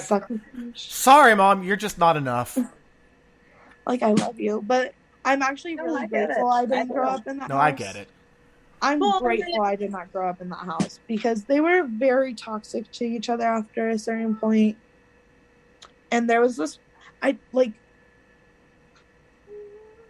I'm going to talk about a traumatizing moment. I'm trying to figure out if I should talk about it or not. But, like, it's not like these people are ever going to watch this. And if they do, it happened. It's life. If you're mad that I talked about it, it shouldn't have happened to begin with. I'm so sorry. But we were sitting there, and I remember being, like, 12 years old. Is this something I know about, or am I going to get Yes, no. You know about this. That look on your face. I know. Oh, man. That was Mama Bear. Yeah. No, you know about this. Well, we were sitting in. Anybody else has ever actually borne a witness to that. Well, it sucks because all the time we would have, like, family events, something shitty would come out of it. They would end up arguing after a good family trip. Or when something good family thing is happening, parents had to freaking argue. And that was my dad and my stepmom. And so we had all gone zip lining. And it was going to be such an amazing day. And they started arguing over some adult bullshit because of jealousy. And that just happens in every relationship. Okay, I understand that. But, like, they started arguing about it. They kind of kept their cool while we were there. We were on our way home. They were arguing on the way home. Me and my stepbrother ignored it and just minded our business. We got to our apartment complex. And we were sitting there. And we heard them arguing, so we went directly into his room because I slept on the couch every single summer, and he was the only one with a room. So that was the only place to go. So I was like, okay. We ended up turning the volume, his box TV, all the way up full blast, and we could still hear them screaming and arguing. And then it got to the point where she can be very over exaggerating. None of us knew what happened in that moment because we were in the room, but she likes to manipulate situations as well, and it's bad when there's two manipulators in a relationship. Yeah. Why do you think they fight? Yeah, and so all of a sudden we just hear her scream her son's name and tell him to call the cops on my father because he hit her. And so me, being my father's daughter and going through my trauma over the last 10 years, I looked at him and I was like, you're not going to call anyone, kid. You're not going to call a single person. Okay, you better put that phone down. Fuck no, you're not putting my dad back in jail. That was the first thing out of my mouth. I looked at him, I said, don't you fucking dare. And he started picking up the phone, and I was like, I will tackle you right now. Like, this isn't a game. You don't want to try this thing. You go storming out to the fireplace, grab the fire poker, come back in. Try me, bitch! I was ready to throw him out the window. And so we both get up, and we just book it into the kitchen, because that's where they're at. And they're freaking cooking. Smartest place to argue. Fucking kitchen. Where there's sharp things, right? But she just, like, started screaming that he needed to call the cops and that my dad hurt her and my dad did this. And we both walked out. And in that moment, we don't realize anything because they're arguing. And so she was like, I'm going to pack up both you and your daughter's shit. It's going to be on the front fucking porch. The cops are going to be on their way. I'll fucking just throw it outside. I'll burn it. I don't care what to do with it. Like, she was being real crazy. And so, you realize that that's going to get you in more trouble? Just Right? And Just so saying. I'm sitting here bawling, and can I just say she's a CPS worker? Like, I'm confused. What the fuck? Okay. Let me guess. So- She thinks Hold that on. because of what she does, she has pull. To not even get any further into anything, because there's shit that you won't, that has nothing to do with this. This is like the least of her fuckery. That's all I'm gonna say. Like the whole CPS thing, and this is like the least of this woman's fuckery. There we go. With her job title being the way her job title is. So we're sitting there, and we ran out. We checked. I'm bawling my eyes out hysterically because it's been less than 5 years that my dad's been out, and you're telling me that you're gonna throw him back in jail, and you work with the courts, and you know the system, so you're going to get your way no matter what. Like, that's not okay. And so my dad told me to get in the car, and we left for the time being. We went to freaking Taco Bell and to a park and hung out. And I just remember being so, like, emotional because I thought all of our stuff was just going to be out on the porch. I grew up with just my mom. I didn't have to experience fighting like that.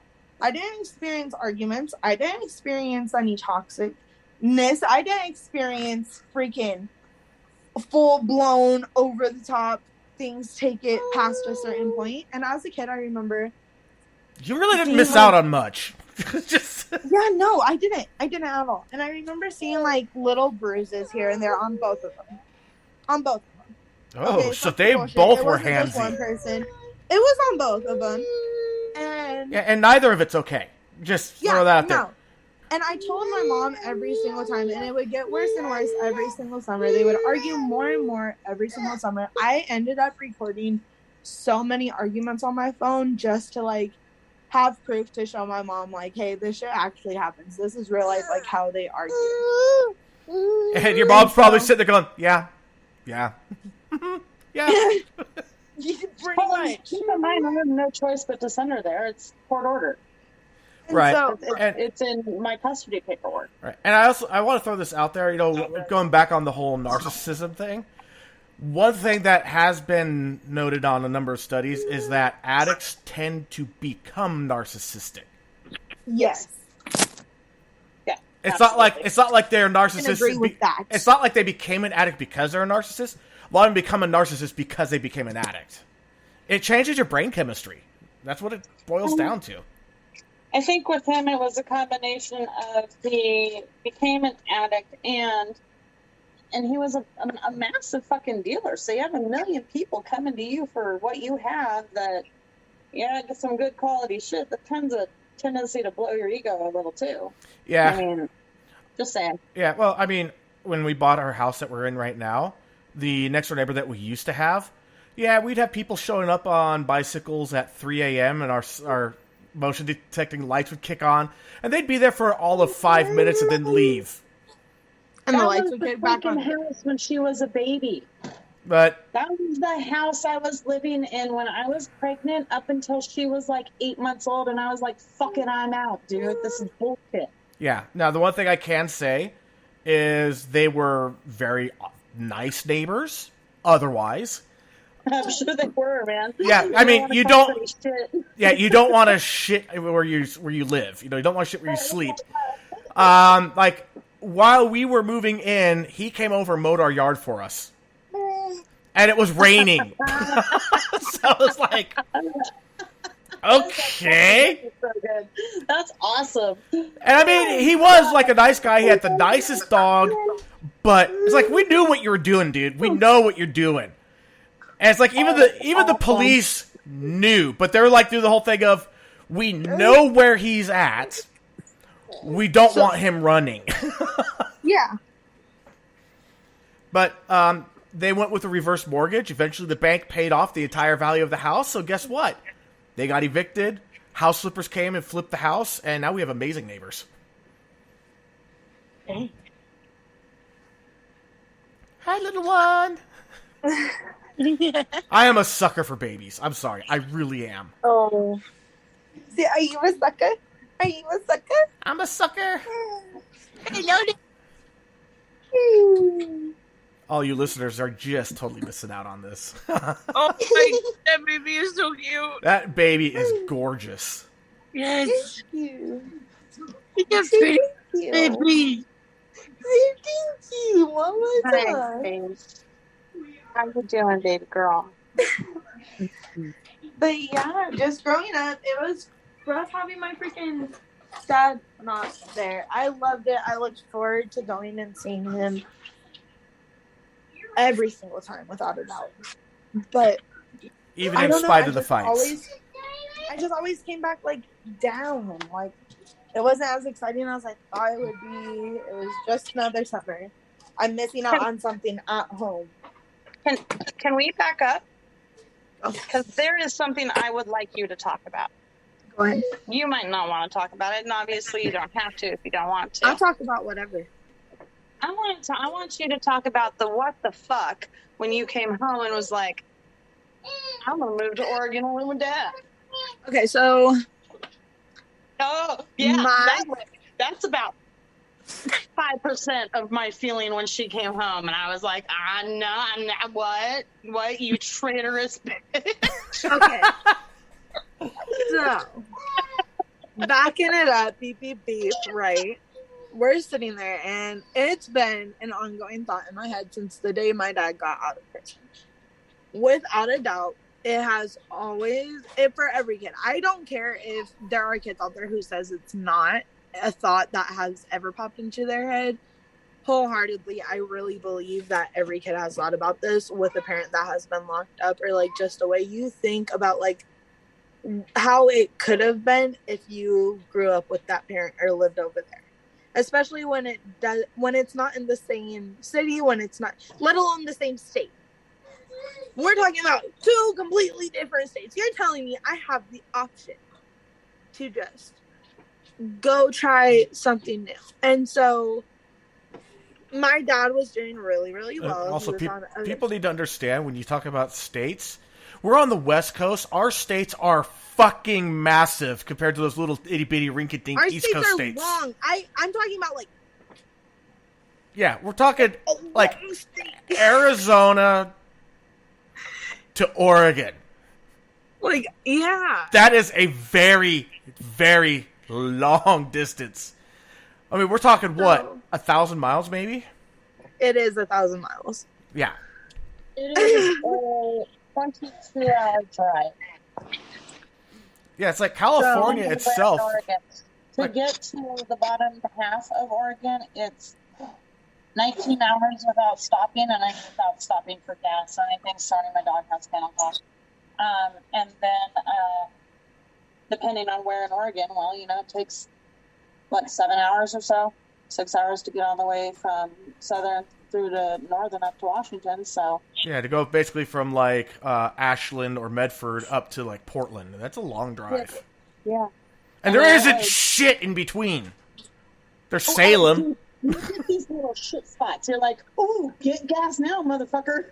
Yeah. Oh, we're in Bend. Better get some gas. We're in Corvallis. Better get some gas. Screwed. You don't know. It's ridiculous. It's just something that's always been on my mind. I've always been curious about what it would have been like to live with my dad. In school, starting out young, like starting out in kindergarten, I got bullied a lot in school. So that was definitely a very, very hard experience going through. I got made fun of. I was a chubby kid. I had more weight on me than every other kid in the class almost. Because I don't freaking know. I just did, okay? And so I got bullied for it. And that didn't make me feel... No. Because of your genes on that side of the family, and because of these genes on our side of the family. My body just like thickened up and grew up like maturely. So my legs got thick, my stomach went normal, like, a high schooler. Like I was built like a kid. Like I was bread fed, okay, corn fed, okay. I was in there like swimwear. So you're built like a brick shit house. Yes. And I got made fun of for it, and that sucked so bad. And I am a very outgoing person. I am very talkative. I use my outside sources as much as possible, because if I don't, I'm good at just sticking to myself and like, you know, becoming a hobbit. And that's not necessarily the best thing. And so I tried doing the whole cheer thing. And even with cheer, I still could not somehow lose weight. I still got made fun of for something. I was the only one of the very few Caucasian children in my neighborhood out of Mexican and African American and Asians. And so like I was blonde hair, green eyed, pasty white skin, just walking through, living my life all happy. But like I had one of the weirdest stories than anyone else around me, and everyone's parents were together, so like I never got made fun of for the fact that my dad wasn't around, thankfully. There have only been like a couple of times where people have made comments, but it wasn't like repetitive. The main thing was my weight, so that sucked. I just didn't want to be at school sometimes. My friends became shitty because you become a middle schooler, you become a teenager, you grow, your feelings change, you have all of this unnecessary drama and all of these unnecessary emotions that are exploding out of you. And so me and my friends were going through it. I had lost some really, really good friends at that time where our connections just went separate ways because of drama. I was about to start freshman year. It was about to be a new start.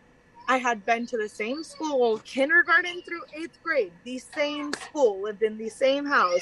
And I was about to go to the high school directly across the street in the same parking lot. Like a parking lot over with these. My elementary school had the same name as my high school. The only thing difference was blank elementary school, blank high school. That's kind of funny because our elementary school and the high school here, they share a parking lot. They are literally side by side. They have different names. Yeah. But there's a middle school you have to go to, which is a block away. So it's like, huh? Yeah, we didn't have, it was kinder through 8th for our elementary. And then the 9th through 12th for high school. And so at that point, I had been with the same people my entire life. Everyone in my neighborhood, no one really moved. Everyone stayed. When I decided to stay in Arizona and I graduated high school at my high school, there were a handful. And by a handful, I mean like at least 30 plus students that I went to kindergarten with, that I started kindergarten with, and I am now graduating high school with. Now, that's actually like my hometown. That's just like normal. But because it was tiny, okay? Yeah, it was tiny. yeah. You have no other options. Exactly. I mean, you could go to Jefferson, which I did. We see how that works out for people. Hey, I actually like Jefferson better, to be honest. I believe it. It's independent You're one study. of the Like, few people who was there for a decent reason, though. Instead of the fact that you just couldn't fucking handle authority and you were an asshole and you just wanted to do a bunch of fucking drugs. Yeah, no, I was sent there because I did a super senior year, and they're like, no, we want you going over there. You're going to get they're like, you're going to get a GED. Well, guess what happened halfway through the school year? They got accredited. I got a diploma. Right? that's I remember that year. Yep, and That's I got, very exciting. and as soon as it happened, the principal, who became superintendent afterwards, told me that, hey, guess what? Your old superintendent / principal from the old school is probably going to contact you and want you to come back because we're being accredited. You know, now that you're going to get the diploma, they're going to be like, well, we want them back now.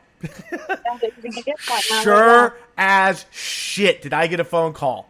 And I was like, do I still have to do a senior project? Like, yeah. I'm like, okay. Well, we're already at the point now where the letter of intent and the 5 career essays were supposed to be done. Do I still have to do them?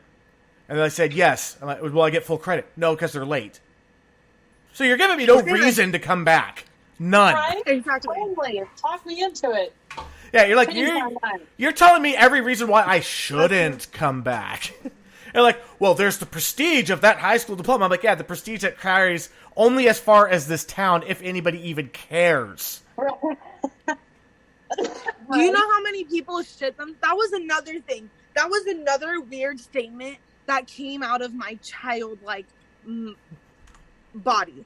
Okay, you know where we're from. You know the famous town and the name of it. So when that is still a taboo thing, and you have a freaking 8-year-old walking around talking about, I grew up in,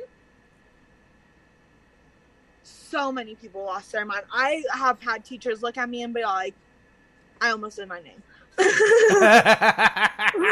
But they would like lecture me and be like, hey, like, what did you just say? And I was like, dude, I wasn't talking about anything illegal. Get off my back. Right. But we can, there's one claim to fame for that little town. Thickest, there's a few, but one of the biggest ones, the Guinness Book of World Records, thickest layer of spray paint. Thickest layer of what? Spray paint. Spray paint. Subway bridge. Bridge or on the rock? The bridge actually has the thickest. The rock has the second thickest. The rock's now overgrown. Okay, gotcha. Really? Even I should have seen that bridge before. What was that? Like, thickest, like where? Like, in the nation or what? In the world. Thickest layer, thickest thing of spray paint. I said even more than Graffiti Bridge in Minnesota? I'd have to double check. Because I know that they were, at least for a time, they got it. Okay. Wow. That bridge is crazy, crazy. We lived down the street from it when I lived in Minnesota for a couple of years. So fucking cool. So cool. Did you ever go to San Luis Obispo and see Bubblegum Alley? Yes, I've been to Bubblegum Alley. That's pretty disgusting. I'm just going to say. It's fucking gross. Right, can we just talk about that? We're all worried about COVID, but can we just talk about how we all randomly, like, stuck our gum on walls and walked through that? Can we just talk about that? Right? Well, do you actually know something interesting about bubblegum? Because of the type of substance that it is, germs actually don't stick to it. What? What? Oh, I'm looking that up. I'm pretty... I read that somewhere. That's crazy. That would be amazing, actually. We figured out how to combat COVID. Too bad. Bubblegum.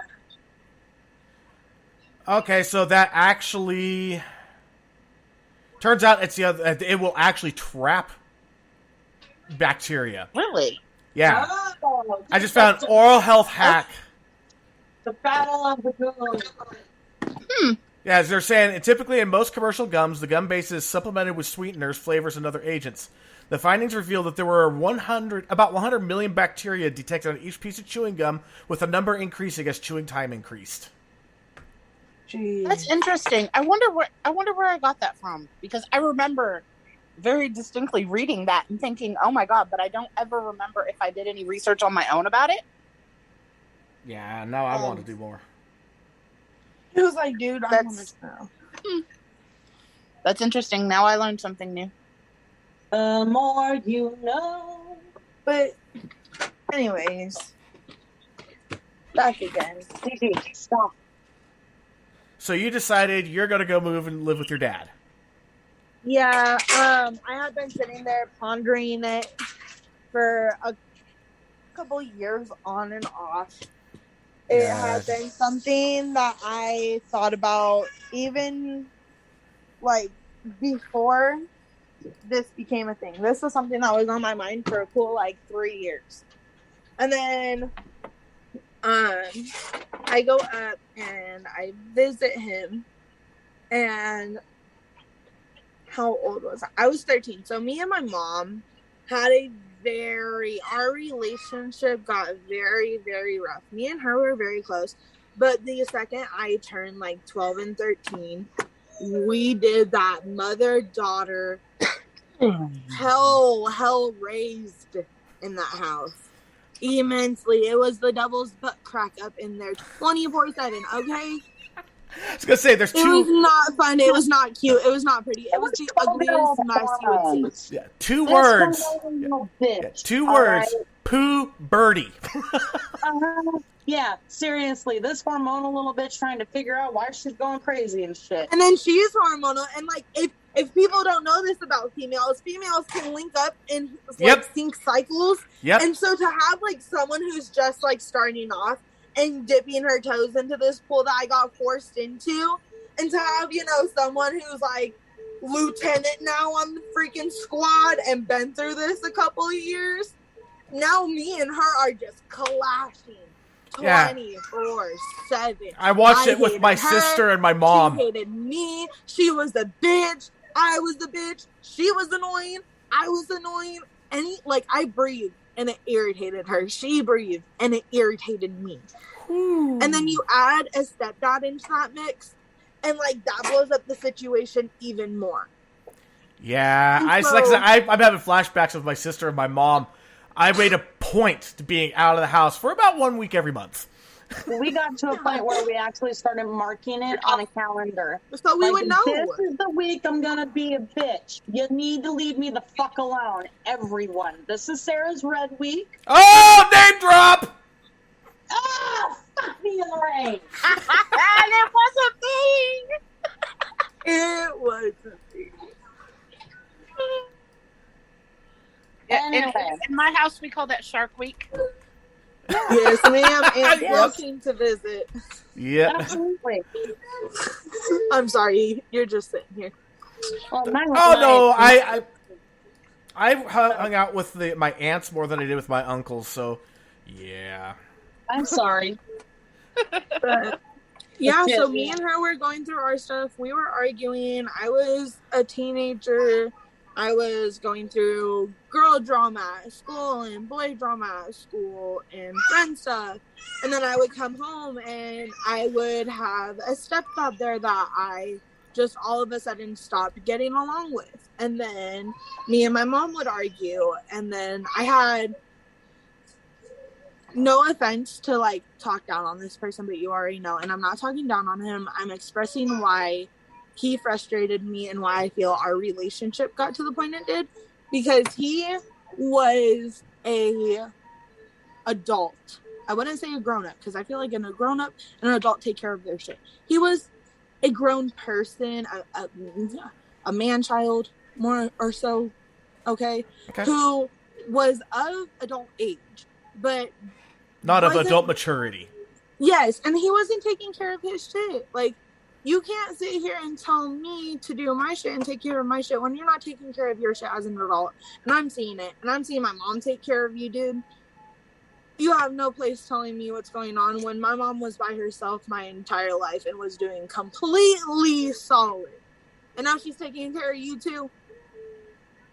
Like, it's supposed to just be me around here, sir. She didn't have another child for a reason. And so I got frustrated. And that's where our relationship broke out. So I would come home every time, and he would get on my head talking about, oh, clean up, you know, parent-child stuff. Yes, I understand I have chosen, and I'm supposed to help clean up. But when you've been sitting at home all day just playing video games, that's not fair for you to automatically tell me that I have to clean up the mess that you also created while I was at school all day. Do as I say, don't do as I do. Yeah, that frustration, like, seriously, I think that's universal. Fuck you. It really is. And so I just didn't like it. It wasn't, and I loved being at home, don't get me wrong, I loved my mom, but I didn't enjoy being at the house when he was there telling me to do more responsibilities than he was. And then I went to summer and I saw my dad and I was like, you know, I love you. I have a baby sister now. I would love to see her grow up. I've never had a sibling. I would love for that to happen. That was one of the biggest things that like was pulling me, was I want to see my little sister grow up. I want to be a big sister. I want to be a sibling. I want what my mom talks about every single time she talks about her siblings. I want to be able to grow up with my dad. At least, I don't care if it's for even a year. I just want to live with him for more than 3 months. See how it goes.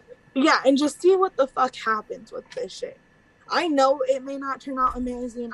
But like, I was looking forward to it because that's my dad. No matter what, whether like he is completely mentally stable or not and like done with healing and his trauma, that's still my dad.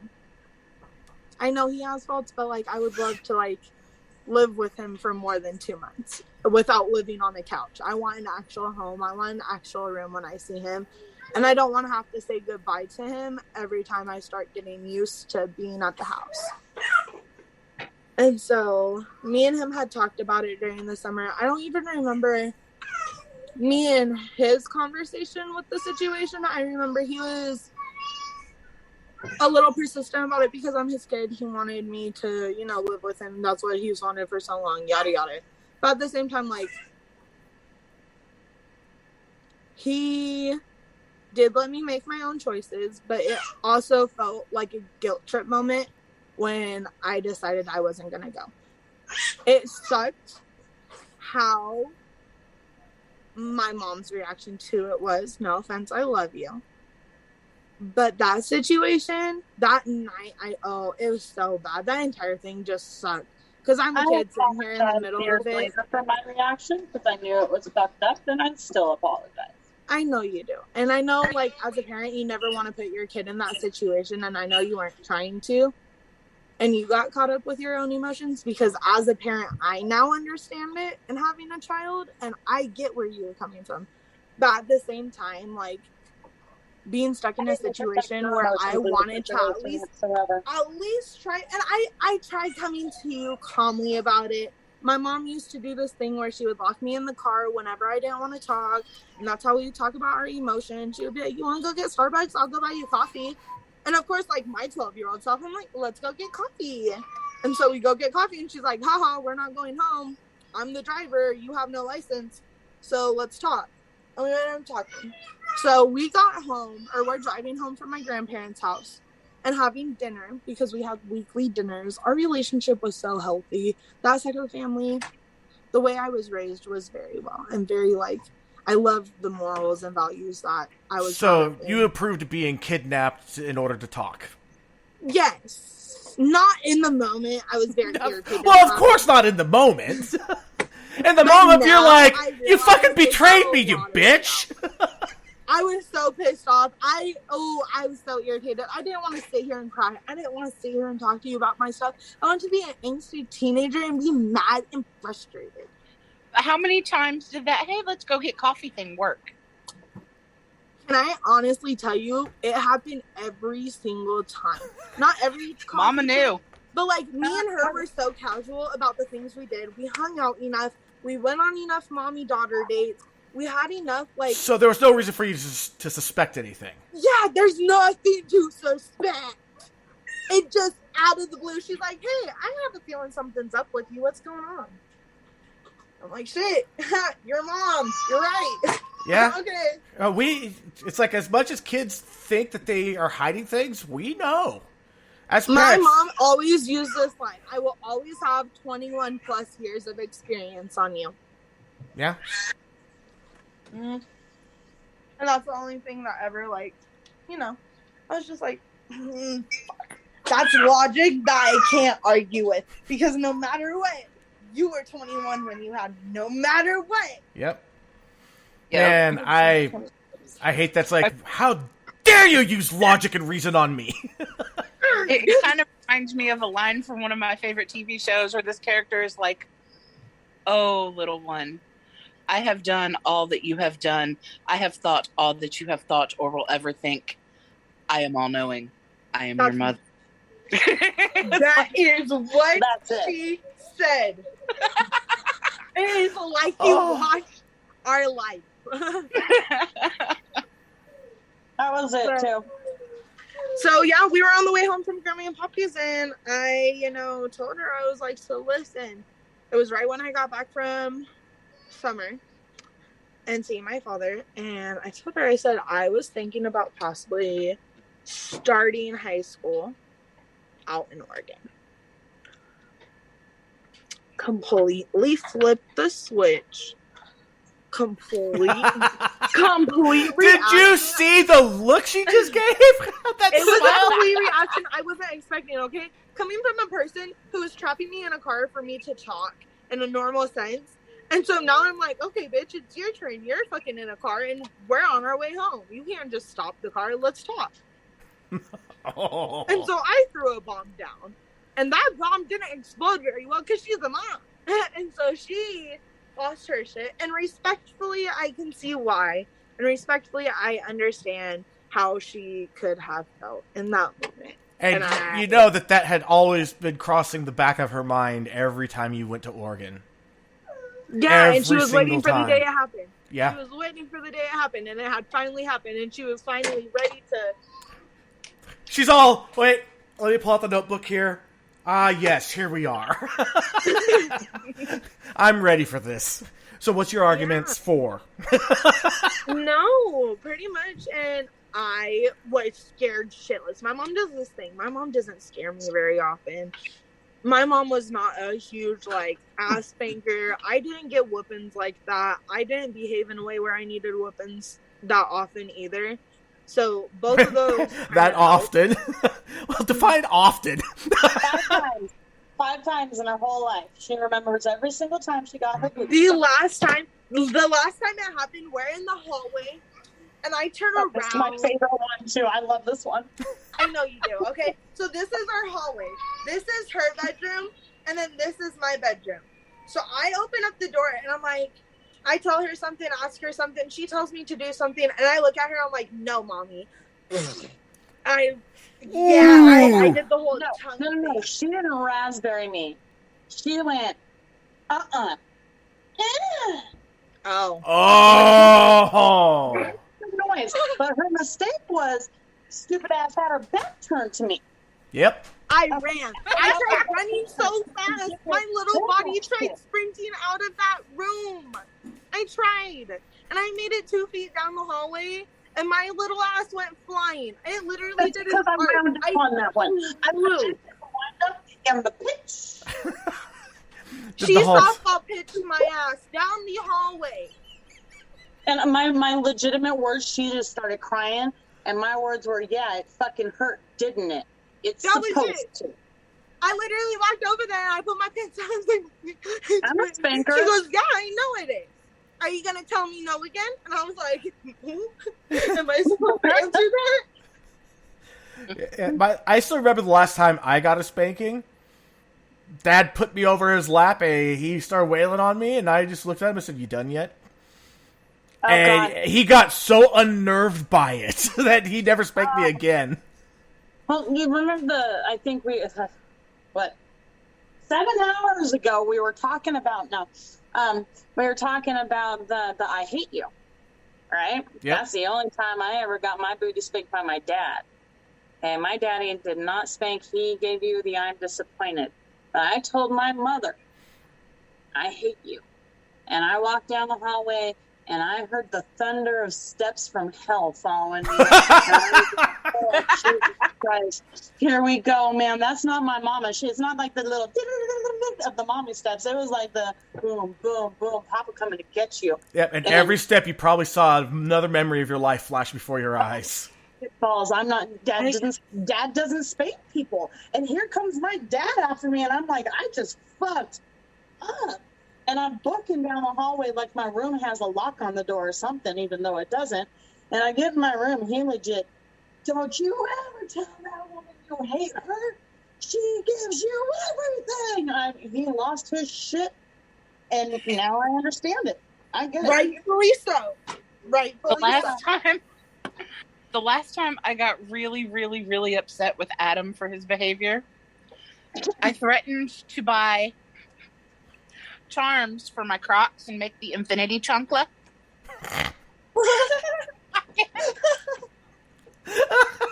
I will snap you out of existence, boy. How bad did that scare him? He actually thinks it's funny when people say they're going to take the chancla to him, because his high school teacher would play with him, and she would be like, I'm going to get my chancla after you. And she'd take her shoe off and pretend to spank his butt. But I was dead serious in the moment. I was gonna infinity chocolate that child. You're like, that's it. I am done. You know what? That sounds a lot like that Eddie Murphy Delirious with the boomerang shoes. Shoe throwing mamas. Are you talking about shoe throwing mamas? Be like, hear that? Something's wrong. Ah! Why'd you pick the ice cream up off the floor, boy? She Goody come goo walking goo. in the kitchen like Clint Eastwood.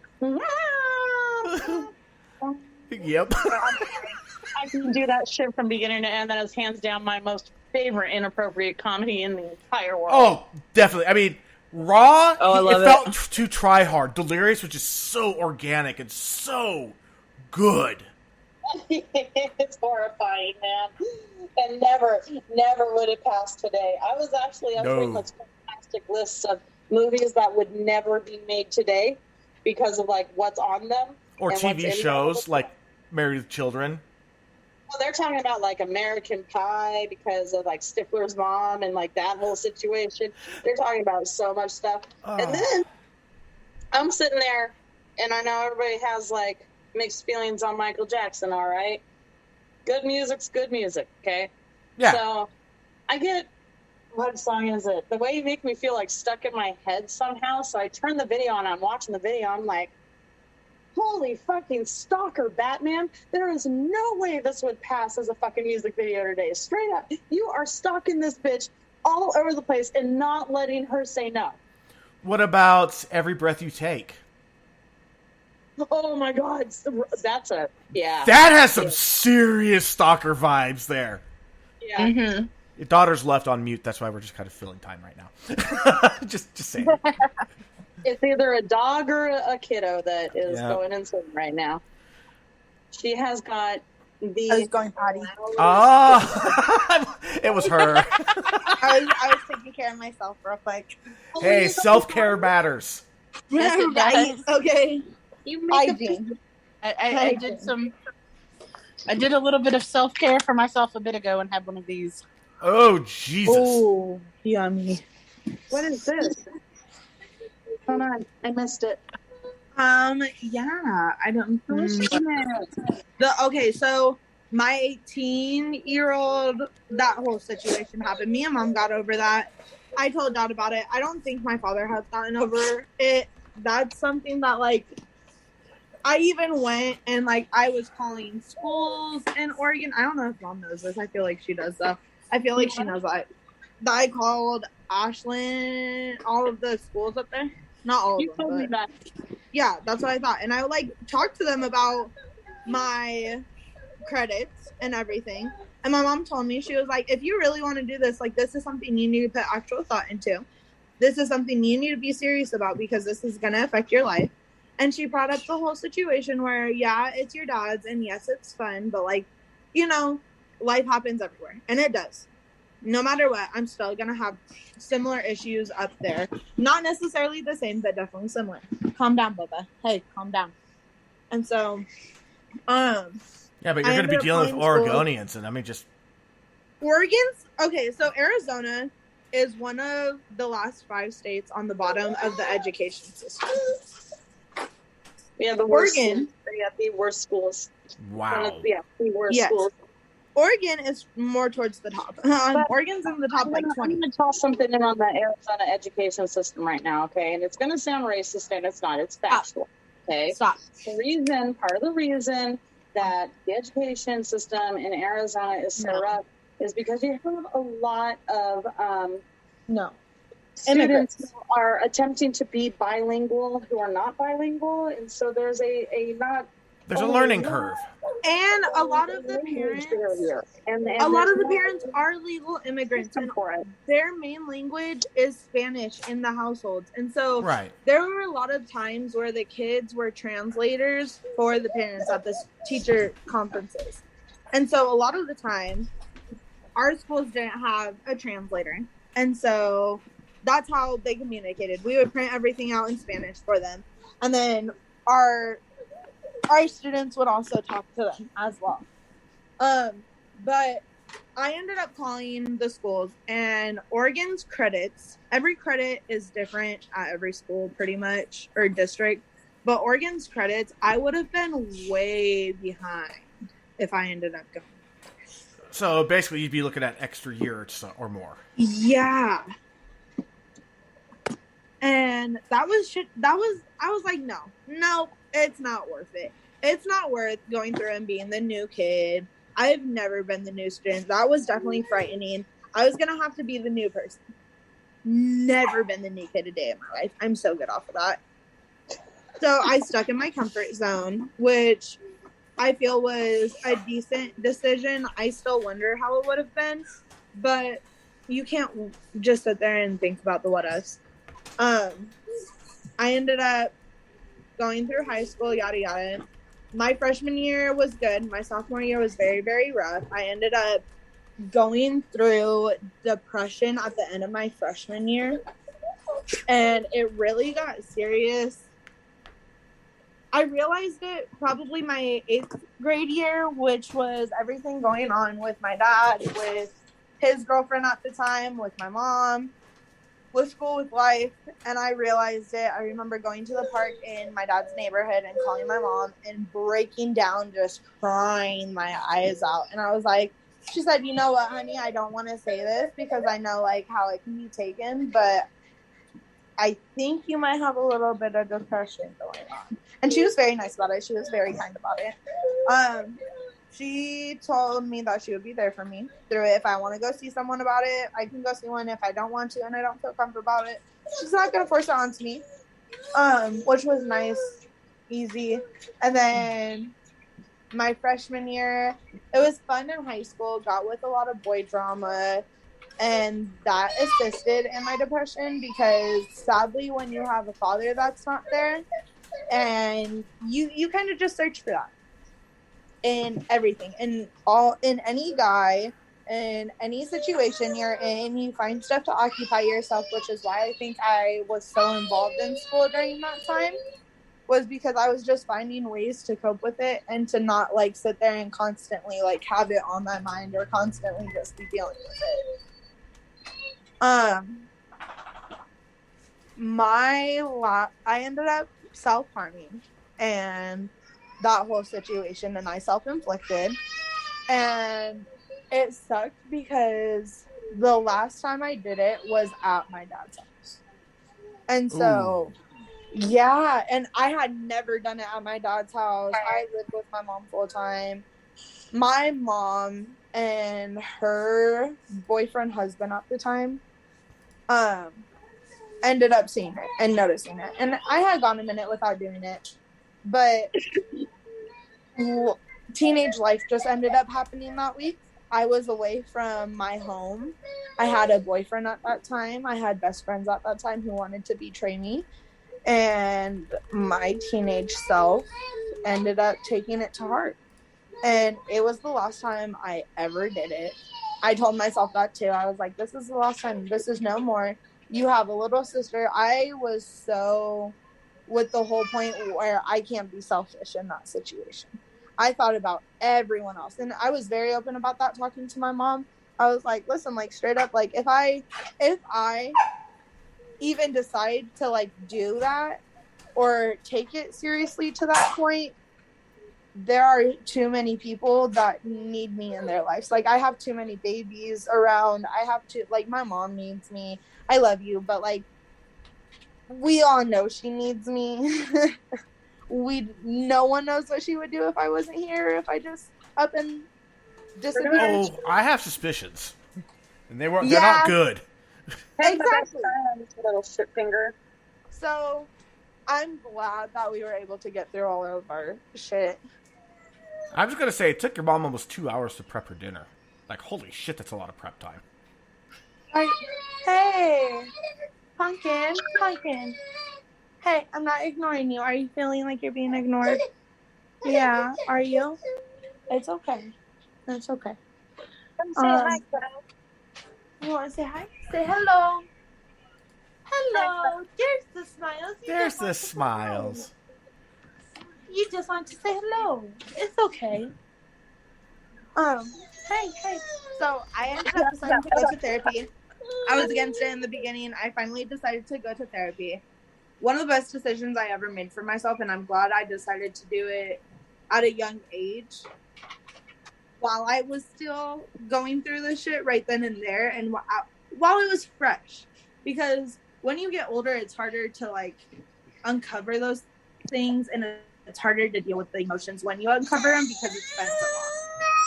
Can confirm. As soon as I possibly could. Hey. Stop ignoring me! Right? Every time. Come here. Come here. You want to walk with Mama? We can walk and talk. We can walk and talk. We can talk and talk. And so, thinking. Going to therapy, I was very driven to fix my daddy issues and my relationship with my dad and just get the answers I needed, not necessarily from him, but like from myself in the entire situation. And my therapist recommended that I sit down and I write a letter and to my father. I don't have to give it to him. I don't have to read it to him. I don't have to show it to him. Whenever I'm ready, if I'm ever ready, I can go ahead and do that. But it's a letter that's meant to be written to him, not given to him. And you're just going to sit there and write all of it. You're going to write your questions. You're going to write how he made you feel. You're going to write everything and express it. And so I sat down. Super cathartic. And I started writing it. And like, a lot of the healing is just repeating to yourself and apologizing to yourself and letting yourself feel your emotions and reminding yourself that like, it's not your fault because this person is like this or because this person decided to do this. And sometimes you're not going to get the answers that you're searching for, that you want, or even when you do get answers, it's not going to be what you thought. And that was... Hell, they may not even be the truth. Yeah, and that was a hard thing for me with his side of the family is I love my grandma on his side, but my grandma is the mom who goes to bat for their son or their child, no matter any wrong they do. And so that was another situation I dealt with at 18 where it wasn't just me expressing how I felt to my father about the situation. It was me expressing it to my entire family and to telling everyone to shut up for 5 seconds and just hear what I have to say. This is how I feel. This is how my father made me feel. These are the things I witnessed my dad do. Whether he's your son or not, this is how it affected me. And it would always go back with, oh, your dad's such a good dad. Your dad is such a good dad. And like that hurts coming to the kid who didn't have the dad that was there. How is my dad such an amazing father 24/7 when he's not there 24/7? Yeah. And he just decides when to be in it and when not. That just kind of like nullified you is what that does. It erases your experience. Like, oh, it doesn't matter what you think. It belittles me. Yeah, that's completely, what's the word I'm looking for? Of course it flies out of my head. It's completely invalidating. Yeah. Yeah. It's just not fair. And that happened consistently. And when I finally turned 18, I had been working up the courage to talk to him and to say the things that had been on my mind for that entire time. But for some reason, nothing actually came out until I was 18. Because, like, from all adults, at least once, they do the whole, oh, you're not 18, you don't get it. And I get it now that I am past the whole 18 point. There is some things that, like, it just doesn't click for you, or you just can't see it. The lens doesn't go onto your eyes until you turn 18. When I turned 18, I woke up and it was like I was seeing through a whole new pair of glasses. Everything just seemed different all of a sudden. And like in that moment, if I go and talk to them, you can't tell me that I'm not old enough to understand it. I'm an adult. I'm 18. Talk to me like you've been telling me you're going to talk to me when I turn 18. When I turn 18, the day is here. You didn't think it would get here, but the day's here. Yeah. And this entire time it's been like, I'm still his little kid. I'm still his little girl because he missed out on that. And he wasn't there to see me grow up. And it's not fair to either of us that we missed out on that. But you can't sit here and constantly treat me like I'm 5 because you missed out on that when I'm a full woman now.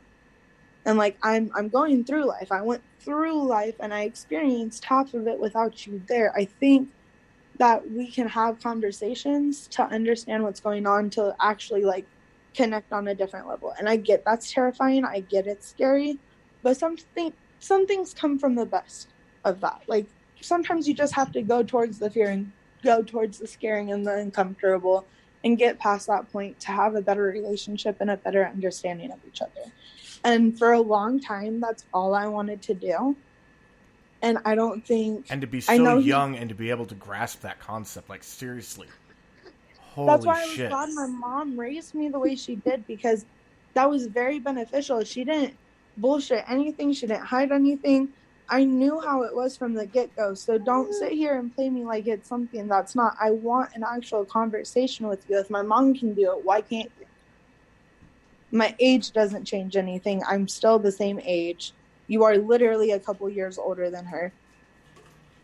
Yeah. Come on now. So that was very tough. I sat there and said a lot of things. I opened up a lot to both my grandma and my dad at that time.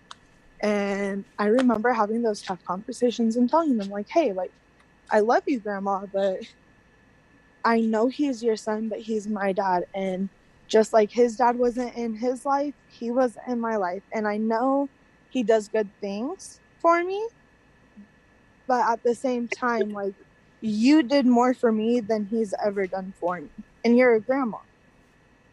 You can't just sit here and consistently go to bat for him when you know, like, you're saying something he's not. And she finally started understanding that a little bit. And it sucked seeing him being an amazing dad and changing his life around for my little sister at that time. I was about to say my daughter's name. Always mixing up kids. But it doesn't get any easier as you get older. Yeah, and the more kids come in and the more names. Fuck. Yeah, I have 5 kids and 2 grandkids. I'm already doing start rattling off names until I get the right one. Just a family. Right. I only have dogs, but I do that sometimes. But then I look at my dad's side of the family. I'm like, man, they had 10 kids.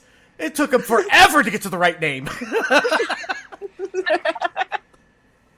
So, like, I don't know. Having those conversations were definitely helpful and beneficial. My dad and haven't fully gotten all of the answers that I've ever wondered about or asked about.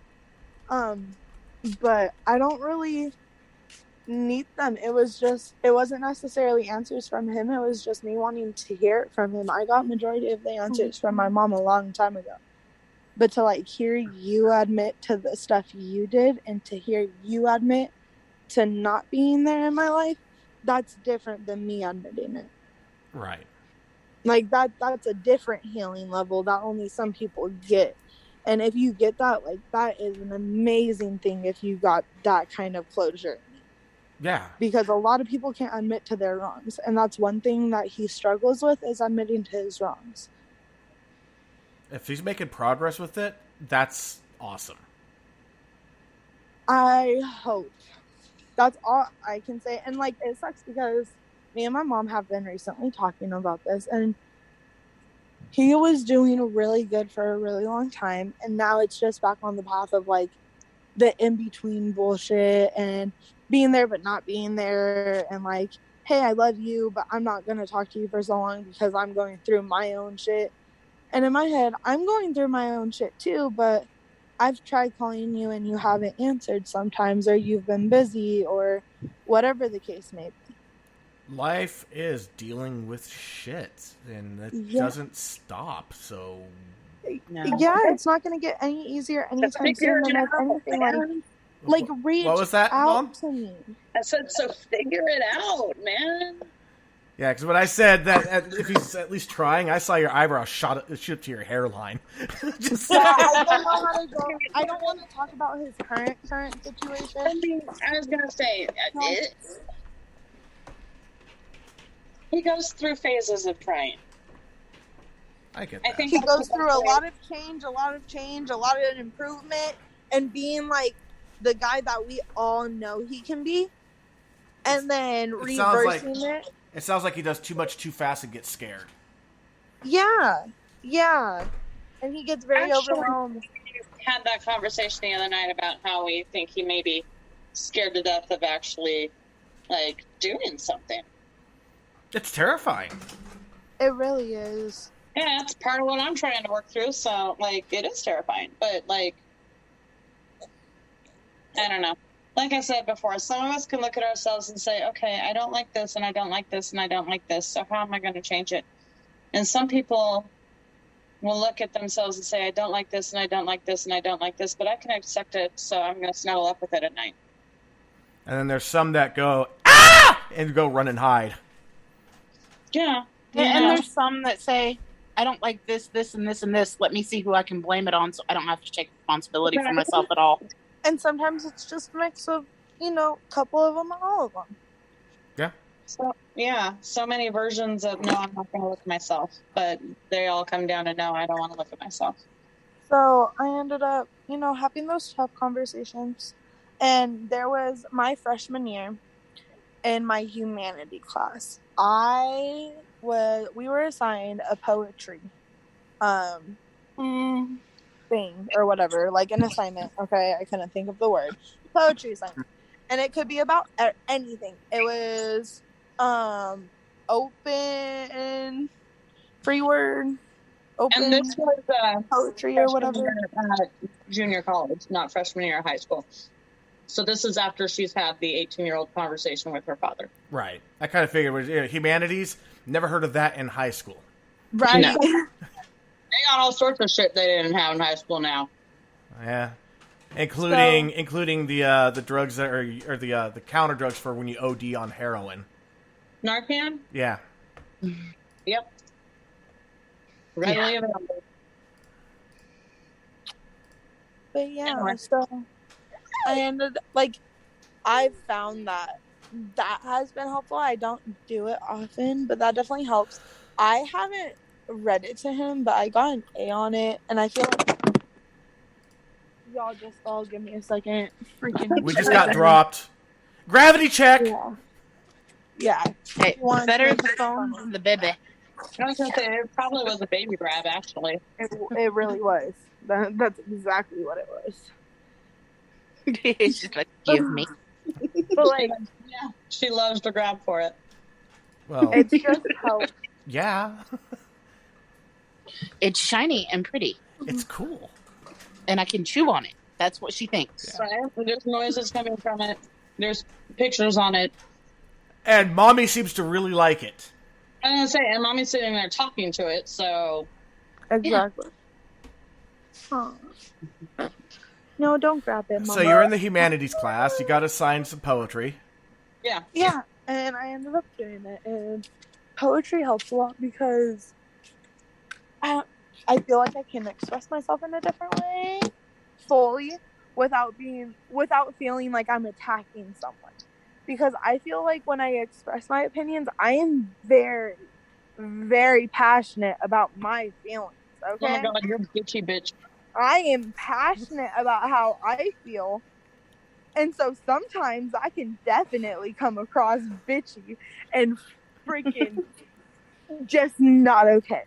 So I feel like, if I do it through poetry, it's limited. I can't be like, you freaking booty licking, toe sucking, freaking crayon drawing booty hole. I could work that I into a can. poem. I can. Oh, Betsy absolutely can. By the way, you should come onto our Discord server. We actually have a channel for art sharing, which includes poetry, writings, other art, music. really? Yeah.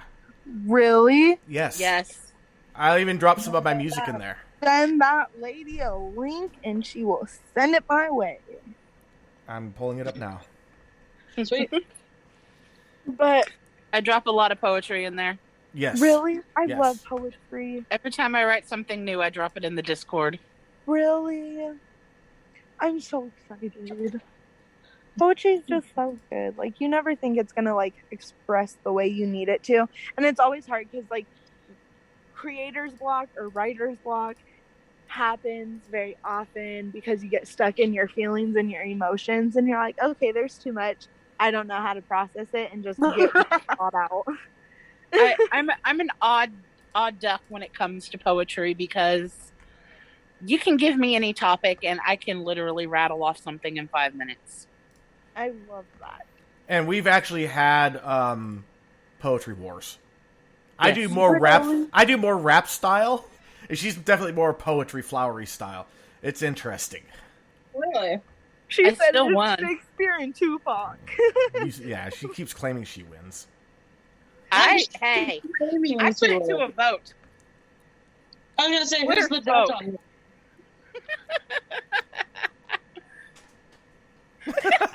I'm just making faces.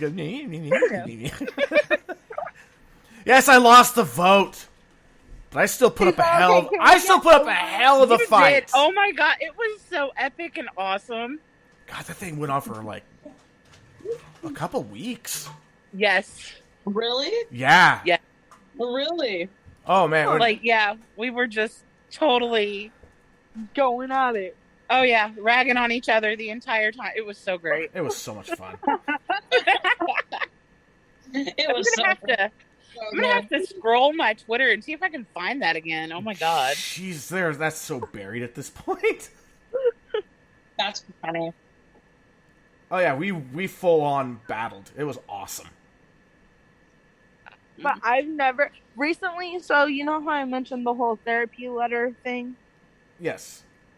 So when I was going to therapy, I had mentioned it to my dad because I'm very open about everything. I don't care. But if I don't want to share it with you, I'm not going to show it to you right then in that moment. I'm sorry I told you about it and let you in on it, and I'm not going to show you the actual product of it yet. But like, that's fine. I don't want to show you it yet. I'm not ready for that, but I'm ready to tell you about it. So I had mentioned it to him back in 2018 when I first started going to therapy.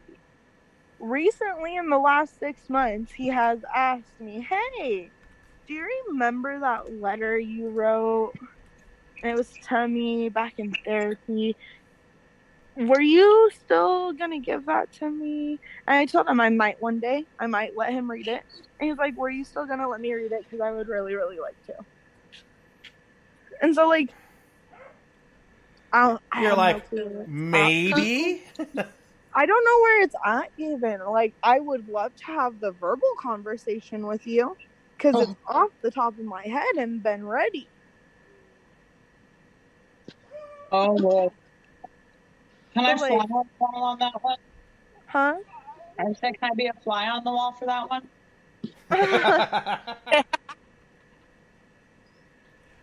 By the way, Mom, I just sent you to your Facebook page a link to the Discord.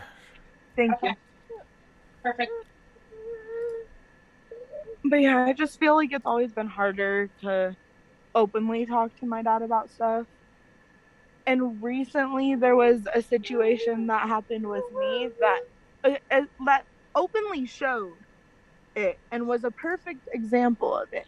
And like the situation happened, he reacted the way he did to it, and I looked at him and like he was getting all frustrated and mad and, you know, doing the whole dad thing and yelling about a situation he's irritated with that affects his kid.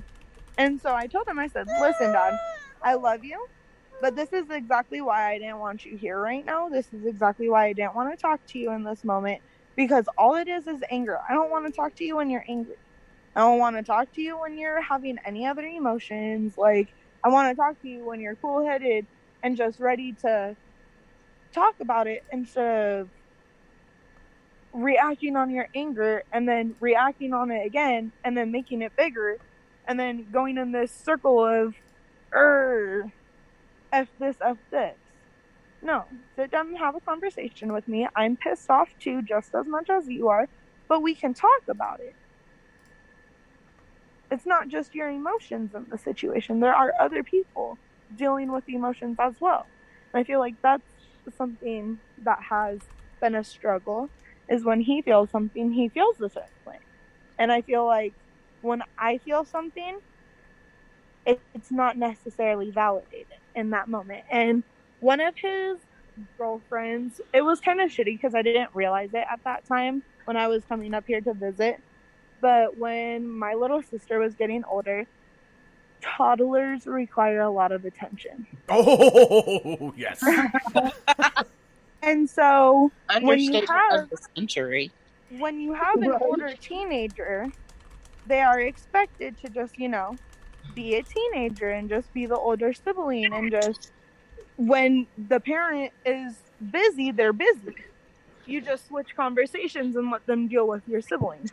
And so I would do that, and I would be in mid-sentence, and the conversation would get stopped or put on pause or completely switched because my little sister was being a distraction at that time and doing her toddler kid self. And so one of his girlfriends, one of my favorite ones in the entire world, shout out to you, okay, she ended up stopping. The first name. And That's what I thought. so we went out to dinner when I was up there and visiting. I think it was the second time I had met her. And it was the first day I was out there. We were eating freaking pizza at this pizzeria place. And my little sister was doing her thing, and he's sitting here like asking me questions about life back in Arizona and how school was, and basic catch-up questions, just trying to figure out how I am.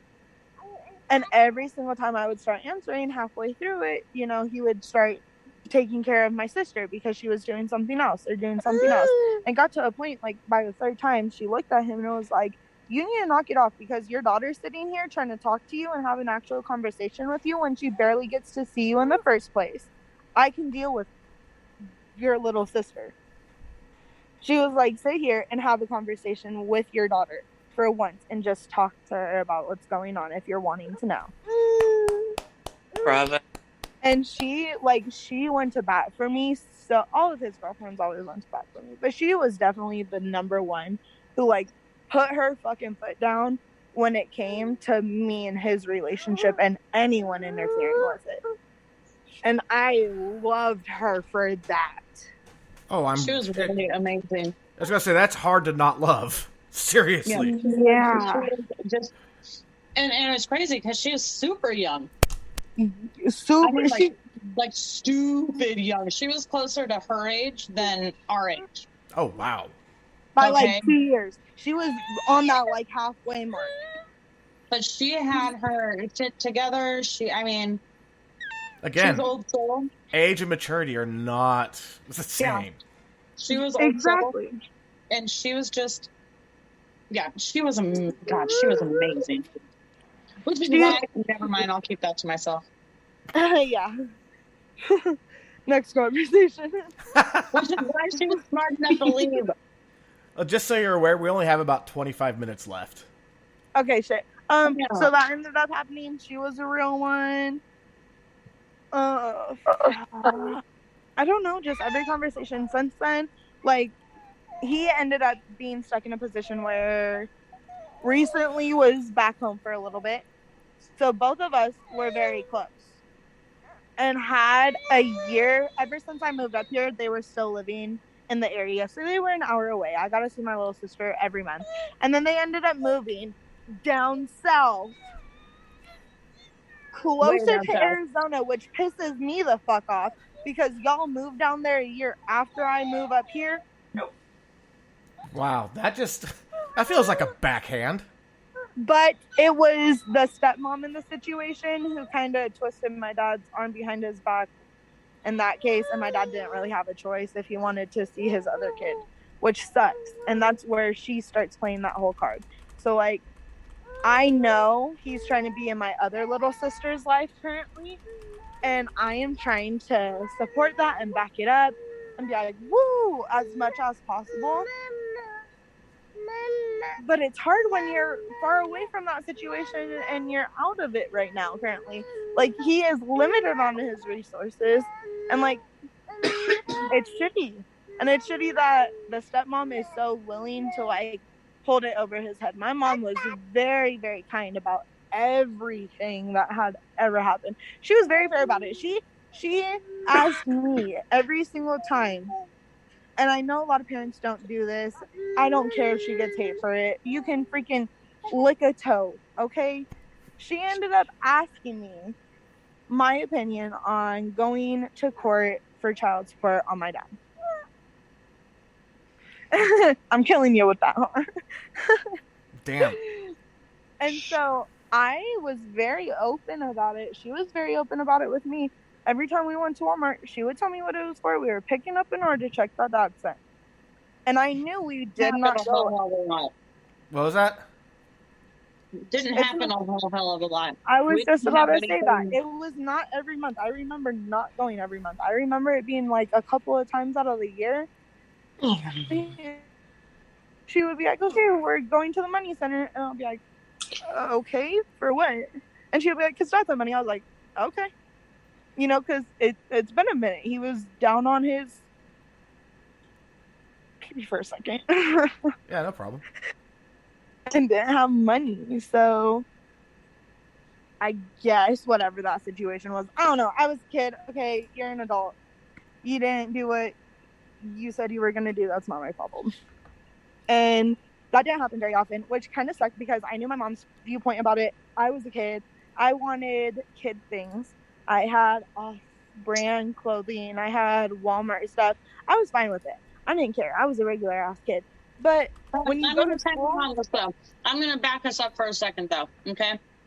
Because I'm going to take us to Christmas when she is 12, real quick, just to let you know, like, where some of this occasional child support actually started coming from. Because we didn't have, the only thing I had finalized through the court was custody. And I had zero child support taken care of because that's a whole different monster. Okay? Yeah, it is. Which is why I would talk to her about, hey, I'm thinking about going and doing this. And she'd, no. He's in a bad spot. Okay, I don't, whatever. And she was scared that it was going to fuck up her relationship with him occasionally. And that wasn't every time she said no, but she'd be like, I don't want to fuck with things. And so we ended up at his mom's house for Christmas in 2012 when she was 12 years old. And I had told him, because he stopped by he wasn't there. He was living up north in Oregon. And he had stopped by to do like the after dinner presents thing and this and that and the other. And I was like, I need to talk to you before you leave. And so he got up to leave and I was like, oh, motherfucker, we're going to go talk. So I dragged him out in his backyard of the house we both used to live in. And I was like, here's the deal. Here's what I need you to understand. When I ask you for child support and I ask you for some fucking help, it's not because I want to go have fucking fun, okay? I have bills to pay, I have a child to clothe, and I need some fucking help. What I need you to understand right now is that your daughter and I share bras and underwear. That's what I need you to fucking understand. I said, I don't have enough money for both, so I buy her underwear, and I fucking use her shit. I take her hand-me-downs. Do you know how many fucking because I have no boobs. All right. She has tits. I don't. That's how it works. So I was like, yes, I'll take your hand-me-down bras. You're legit like teenage little peace sign hand-me-down bras. I'll take that shit. All right. So very legitimately, I was like, no, you don't seem to understand. Like, I take her clothes. I wear her hand-me-downs. We literally shared everything. She came in my closet in the morning. I went to her closet sometimes. Yeah, that's where at that point I got like started to get occasionally like 200 or 300 here, 200 or 300 there. Sometimes we get it like 3 months in a row, and then it just fucking disappear, and I'd be like, "Hey, motherfucker, still over here." So like she would ask me, and even in the beginning with our whole court situation when he first got out, she told me when I turned 12 or 14, it is legal for me to make my own decision on where I would like to live. Uh-huh. She was straight up about it. She didn't hide that fact from me, and I know parents who have. And so it was nice that she was open about that. It was nice that she was open about everything. The I mean, entire. she made herself vulnerable by telling you that. Oh, very vulnerable. But like, Even though were you a new asshole when you said you wanted to move? oh, she ripped me when she does this ogre yell when she's not okay. I You've never yelled seen at you. Scary, I didn't yell at you. I fucking cried my eyes out. but you cried ogre. Okay, you didn't scream ogre. You cried ogre. Okay, there's this thing. There was that guilty smile. You doing ugly cry? Because she knows what I'm talking about. Okay, when she is mad, she's only done it 2 or 3 times, but she's just been so mad and so pissed off that the only way she could express herself was just look at me and be like, "Rah!" and do like a Shrek ogre scream. It scared the shit out of me. Okay, if you Next ever time want to she does scare it, she kids, should just yell. look at them and scream. Get out of my swamp! Yeah. Okay, literally, that is all I saw. I was like, oh fuck, okay, my bad. Like, the whole night. And you're like, what, 5 foot nothing? Actually, We are not. the same height. I'm like 5'1.5". That half matters. But you know what? I had to say one thing, though. Dynamite. It comes in small packages. Dude, and I'm nice. You gotta watch out. Watch out for the fucking short little tiny bitches who are really nice, because when you piss them off, they turn into little fucking... They explode. Fucking They're go for you. ticking time bombs. Yeah, Little angry gremlins. yeah, and I'm 6'1", so if she swings straight, my nuts go flying. Pretty much. That was awesome. You ain't catching my ass. That just flashed me back to Adam doing karate in the kitchen the other day.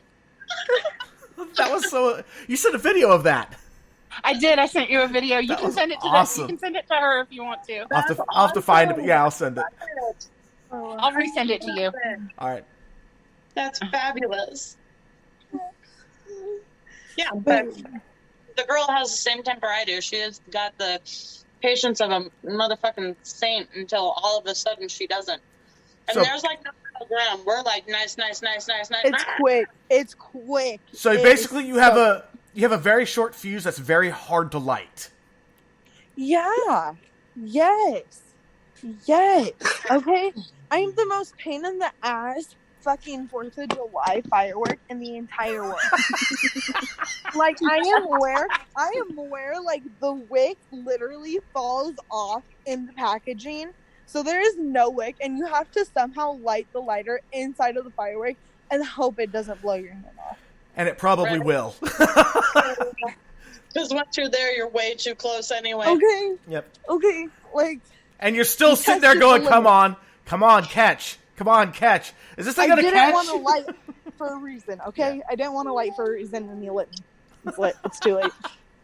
By the way, on a little side note, Austin has joined our Discord, so that way he can share some of his photography in our area and take a look at it. He said that he used to write, but now he uses photography because, if you don't use, you lose it if you don't use it. And he didn't write for a long time, so he found a new way. I love photography so much. That's their other outlet. Outlets. We need to are get so D in on the Discord to share his photography too. Yes. Get everyone in on it, okay? Free promotion right here. If you don't know about it, definitely check it out. Yep, in the chat there is a Discord link in there. Yes. Woo-hoo. And also, if you're listening and you don't have access to the chat, you can also just go to amimental.net. In the top right-hand corner, there is a link that says Discord. Click on that, and it'll bring you right to us. Look at that. And Austin just said he's been shooting for 20-plus years. Really? Really? My camera was the only thing I have ever saved money for. I suck at saving money. I never saved money. I spent it the second it was in my hand. My camera is the only thing I have ever been able to put money away for. So basically, money to you is like thermite in your pocket. It just burns right through. 100%. She's the I want it girl. I see it. If I touch it, I just want it. She's the impulse buy-in I want it girl. Ooh, I want it. Ooh, pretty, I want it. Ooh, I just pretty, want to walk down the aisle. Oh, I God, just want to pretty, walk I down want the it. aisle, okay? And it's like, how did I wind up with all this crap? Because you wanted it. And no money Yeah. for fucking rent. Ooh, pretty. We don't talk about that, okay? Oh. Mama just I threw have- you under I have the bus. Pretty, I want it thing too. But I'm also the person who will pick something up, be like, "Oh, it's pretty. I want it. I'm gonna get it. Put it in my cart. Walk around the store, and about 20 minutes later, convince myself I don't need it and put it back on the shelf." Because, the reason I have convinced myself I don't need it is simply because I've picked up 5 other pretty things that I do need. Right? No, not me. I will. I will not do that. There are some things though that I can't resist. Whoa. I'm a huge nerd. And I saw these and I had to have them. Harry Potter stuffed animals. Oh my God. Okay, I love saw those. those in the background and I was going to ask. I love it. Yeah. love it. Yeah. Those are, I love this. and See, and everybody my has artwork their thing. not my artwork, but artwork I've bought of Lucifer. Yes. That's sick. Everybody has their thing. Yeah. I have odd buying addictions. And I have more stuffed penguins than I can count. Like, I need things that smell good. I am addicted. Okay, I am addicted to bath products. So, There is a Bath and Body Works Spice? must be your favorite place. No. I am like, well, come on. I grew up where we grew up. I'm a natural girl as much as I can possibly get. So, Got it. like, there is a site on Facebook that sells the absolutely most amazing smelling wax melts. don't. Okay, I'll shut up. I have a friend that helps me get Scentsy at a discount. So. Sensi! These are better than Scentsy. Yeah, Oh but God. Okay, talk to me. What are they? The site is called Zap, but they spell it ZEEP. And you can look them up. And I have a wax melt from them called Helium, and it smells like you just opened a box of Fruity Pebbles, like exactly like Fruity Pebbles, and it is the most amazing smelling thing. They have one called the Irishman. It smells like a bar of Irish Spring soap. Really? I mean, Okay. they have All right. amazing smells. All right. I can do that. I like this. I like this a lot. Yeah. Odd buy-in addictions.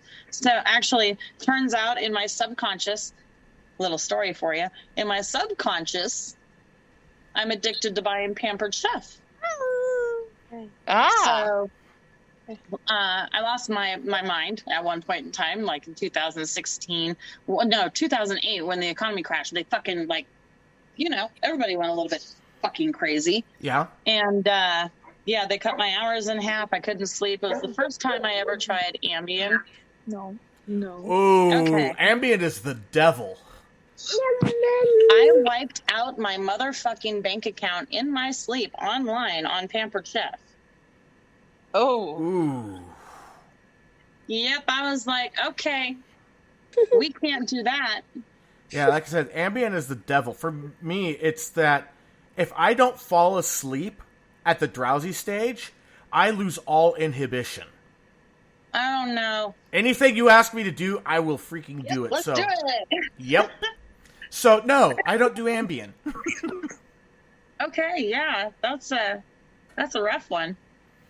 Yeah, yeah, that one I was like, no, I won't try hypnotics. I'm good. If someone said, "Hey, let's go streaking," I would have been stripping down instantly and go, "That sounds great." Well, Talking about, where are you guys? I thought you were coming. We're streaking. you're my boy, Blue. What are they doing? Say you're silly. Hey, Munchkin face. And I love you. We're down to 10 minutes left. All right. Oh wow. Yeah, Overall, you need to take care of a baby, huh? overall, my experience in this situation and my position that I have been in my life, I have been grateful to have my mother. You're gonna make me And cry, you little shit. I always end up making you cry. It's what I'm good at. I came out of you. That's my job, okay? Yeah, Here I am. there's that facade. Okay. All right, do it. But yeah, I know it's growing up without a dad. And I like some days I would still give anything to experience it or to know what it would have been like, at least, if that makes sense. But I wouldn't trade it for the world with the position I'm in, because even if I changed the situation we were in, I can't change the person. Oh. And so Wow. whether or not, like, that's something I just thought about that I haven't really thought about, but like, all I would do is change the situation. I wouldn't be able to change the person themselves, and there's no point in seeing what that would have been like or trying to hope for the best when there still would have been issues no matter what. And I don't know, like, you don't know if it would have changed or not, but I don't really want to live on the what if. And if he wants to be in my, like, that's the shitty thing, is sometimes I feel like I don't know if he wants to be in my life like that. And yeah, I know he's a parent, he wants to be in my life, but like, then the whole situation comes into play where, like, okay, but you don't call every day, you don't text me every day. The only reason, like, you call and text my sister all the time and as much as possible, and like, that's the main thing you look forward to 24/7.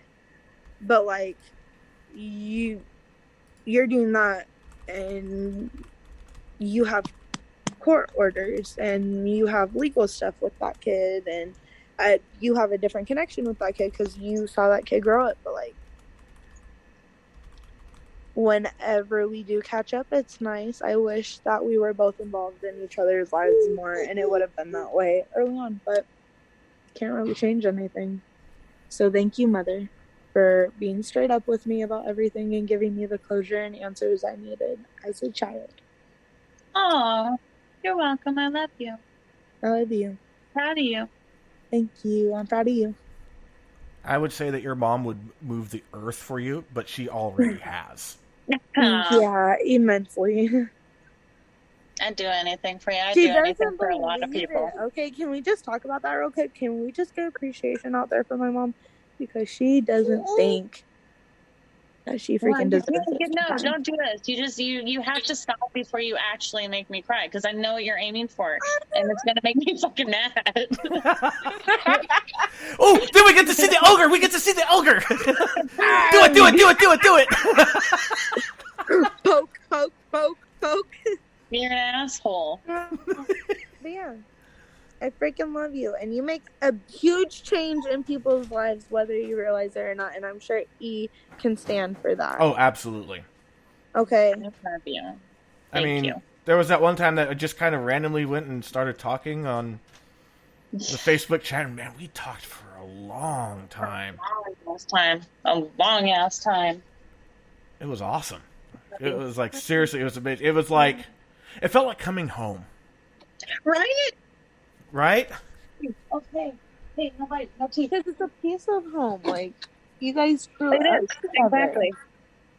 And it is. That's why it's always nice to, like, listen to D on here and hear him on here and all that. I'm like, Yeah. oh, it's the little group. Yeah, and we've I also... miss it. I we've feel like had- he's going to shit himself when he hears this. Yeah, we've had a couple others on here from the hometown, too, so... I just don't know how to address them, so I stuck with one.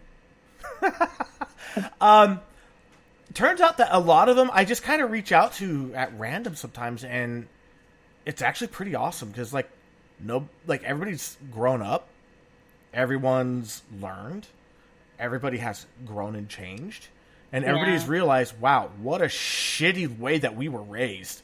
It's like there was some great stuff, not going to take away from that, but the popularity, everyone losing their identity when they're trying to find it, and being completely untrue to themselves just to fit in. That was a shit situation.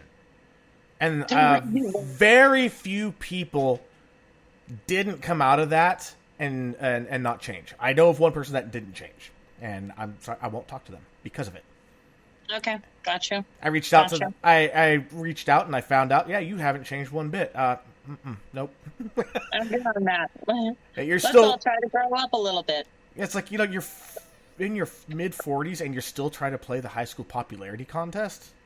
That's sad. It sounds like something we've been talking about. It does sound like something we've been talking about. Sounds like you two talk a lot. We talk every night for hours. I'm talking about this chat every single night. We just got done talking about that. Yeah, that's awesome. We've discussed that about her father in the last couple days. I mean, you two have such a strong bond.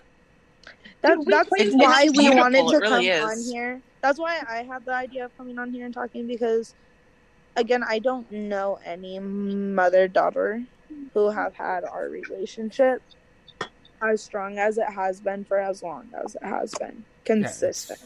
Yeah, it's one of the strongest I've ever seen. Not even gonna lie. I'm telling you, be straight up with your kids. If you got kids, be straight up with them. I know it's scary, but be straight up with them. Yes. It's going to get you further. You're going to have less problems come up from it. You're going to have less questions come up from it. Shit's not going to pop up like 3 years from now talking about, but Mom, you said this. Yeah. Because that's a landmine that destroys trust. Yeah, and that's the thing. Like, she was so open and honest with me that, like, there was nothing I had to doubt when I came to talking to her about. She never broke that trust barrier, and I never broke that trust barrier, so I didn't have any reason to, like, rebel against her. And she was very straight up with me. She was like, if you want to go out, go out. If you want to go party, go party. Let me fucking know, because if something happens to you, I need a starting point. Yep. Give me at least a fucking starting point. That's all I'm asking from you. Go do whatever you want. Don't get into trouble. If you get into trouble, we're going to be having a different conversation. I was like, okay. And as I told my older kids, too, it's like, look, if you want to try weed, let me know. I'll get some. You want to try alcohol? Let me know. I'll get some. I would rather you do it for... Said. Yeah, it's like, if you're going to do it, you're going to do it. But I want you to do it in a safe, controlled environment with shit that's not dirty. It's clean. It's not laced.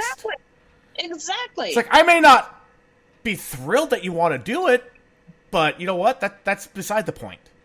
But I want you safe. I think the whole honesty and trust thing with her, and why I was so huge on it, stems from what we talked about last time with my broken trust with the Mom stopped talking to me, with all that. I really think it was like a case of, I don't ever want, like, my kid to, like, I don't want her to feel like she can come to me and then not be able to come to me. Yeah, I mean, I have a mom that's, she's an alcoholic. You know, once an alcoholic, always an alcoholic. She's sober now, but when she wasn't, I found out through the grapevine that she was sharing my secrets. She was airing out my dirty laundry with her friends, and yeah, you talk about a shattered trust that it didn't rebuild until she sobered up. And even now, it's still difficult. Because that's a bunch of personal stuff. Like, that was some shit that you weren't even ready to share with the world that she probably knew about. Yeah, I mean, you can't just go telling and talking about that. We had a super tight relationship until she became an alcoholic. Drugs and alcohol, the things you consume. Yeah.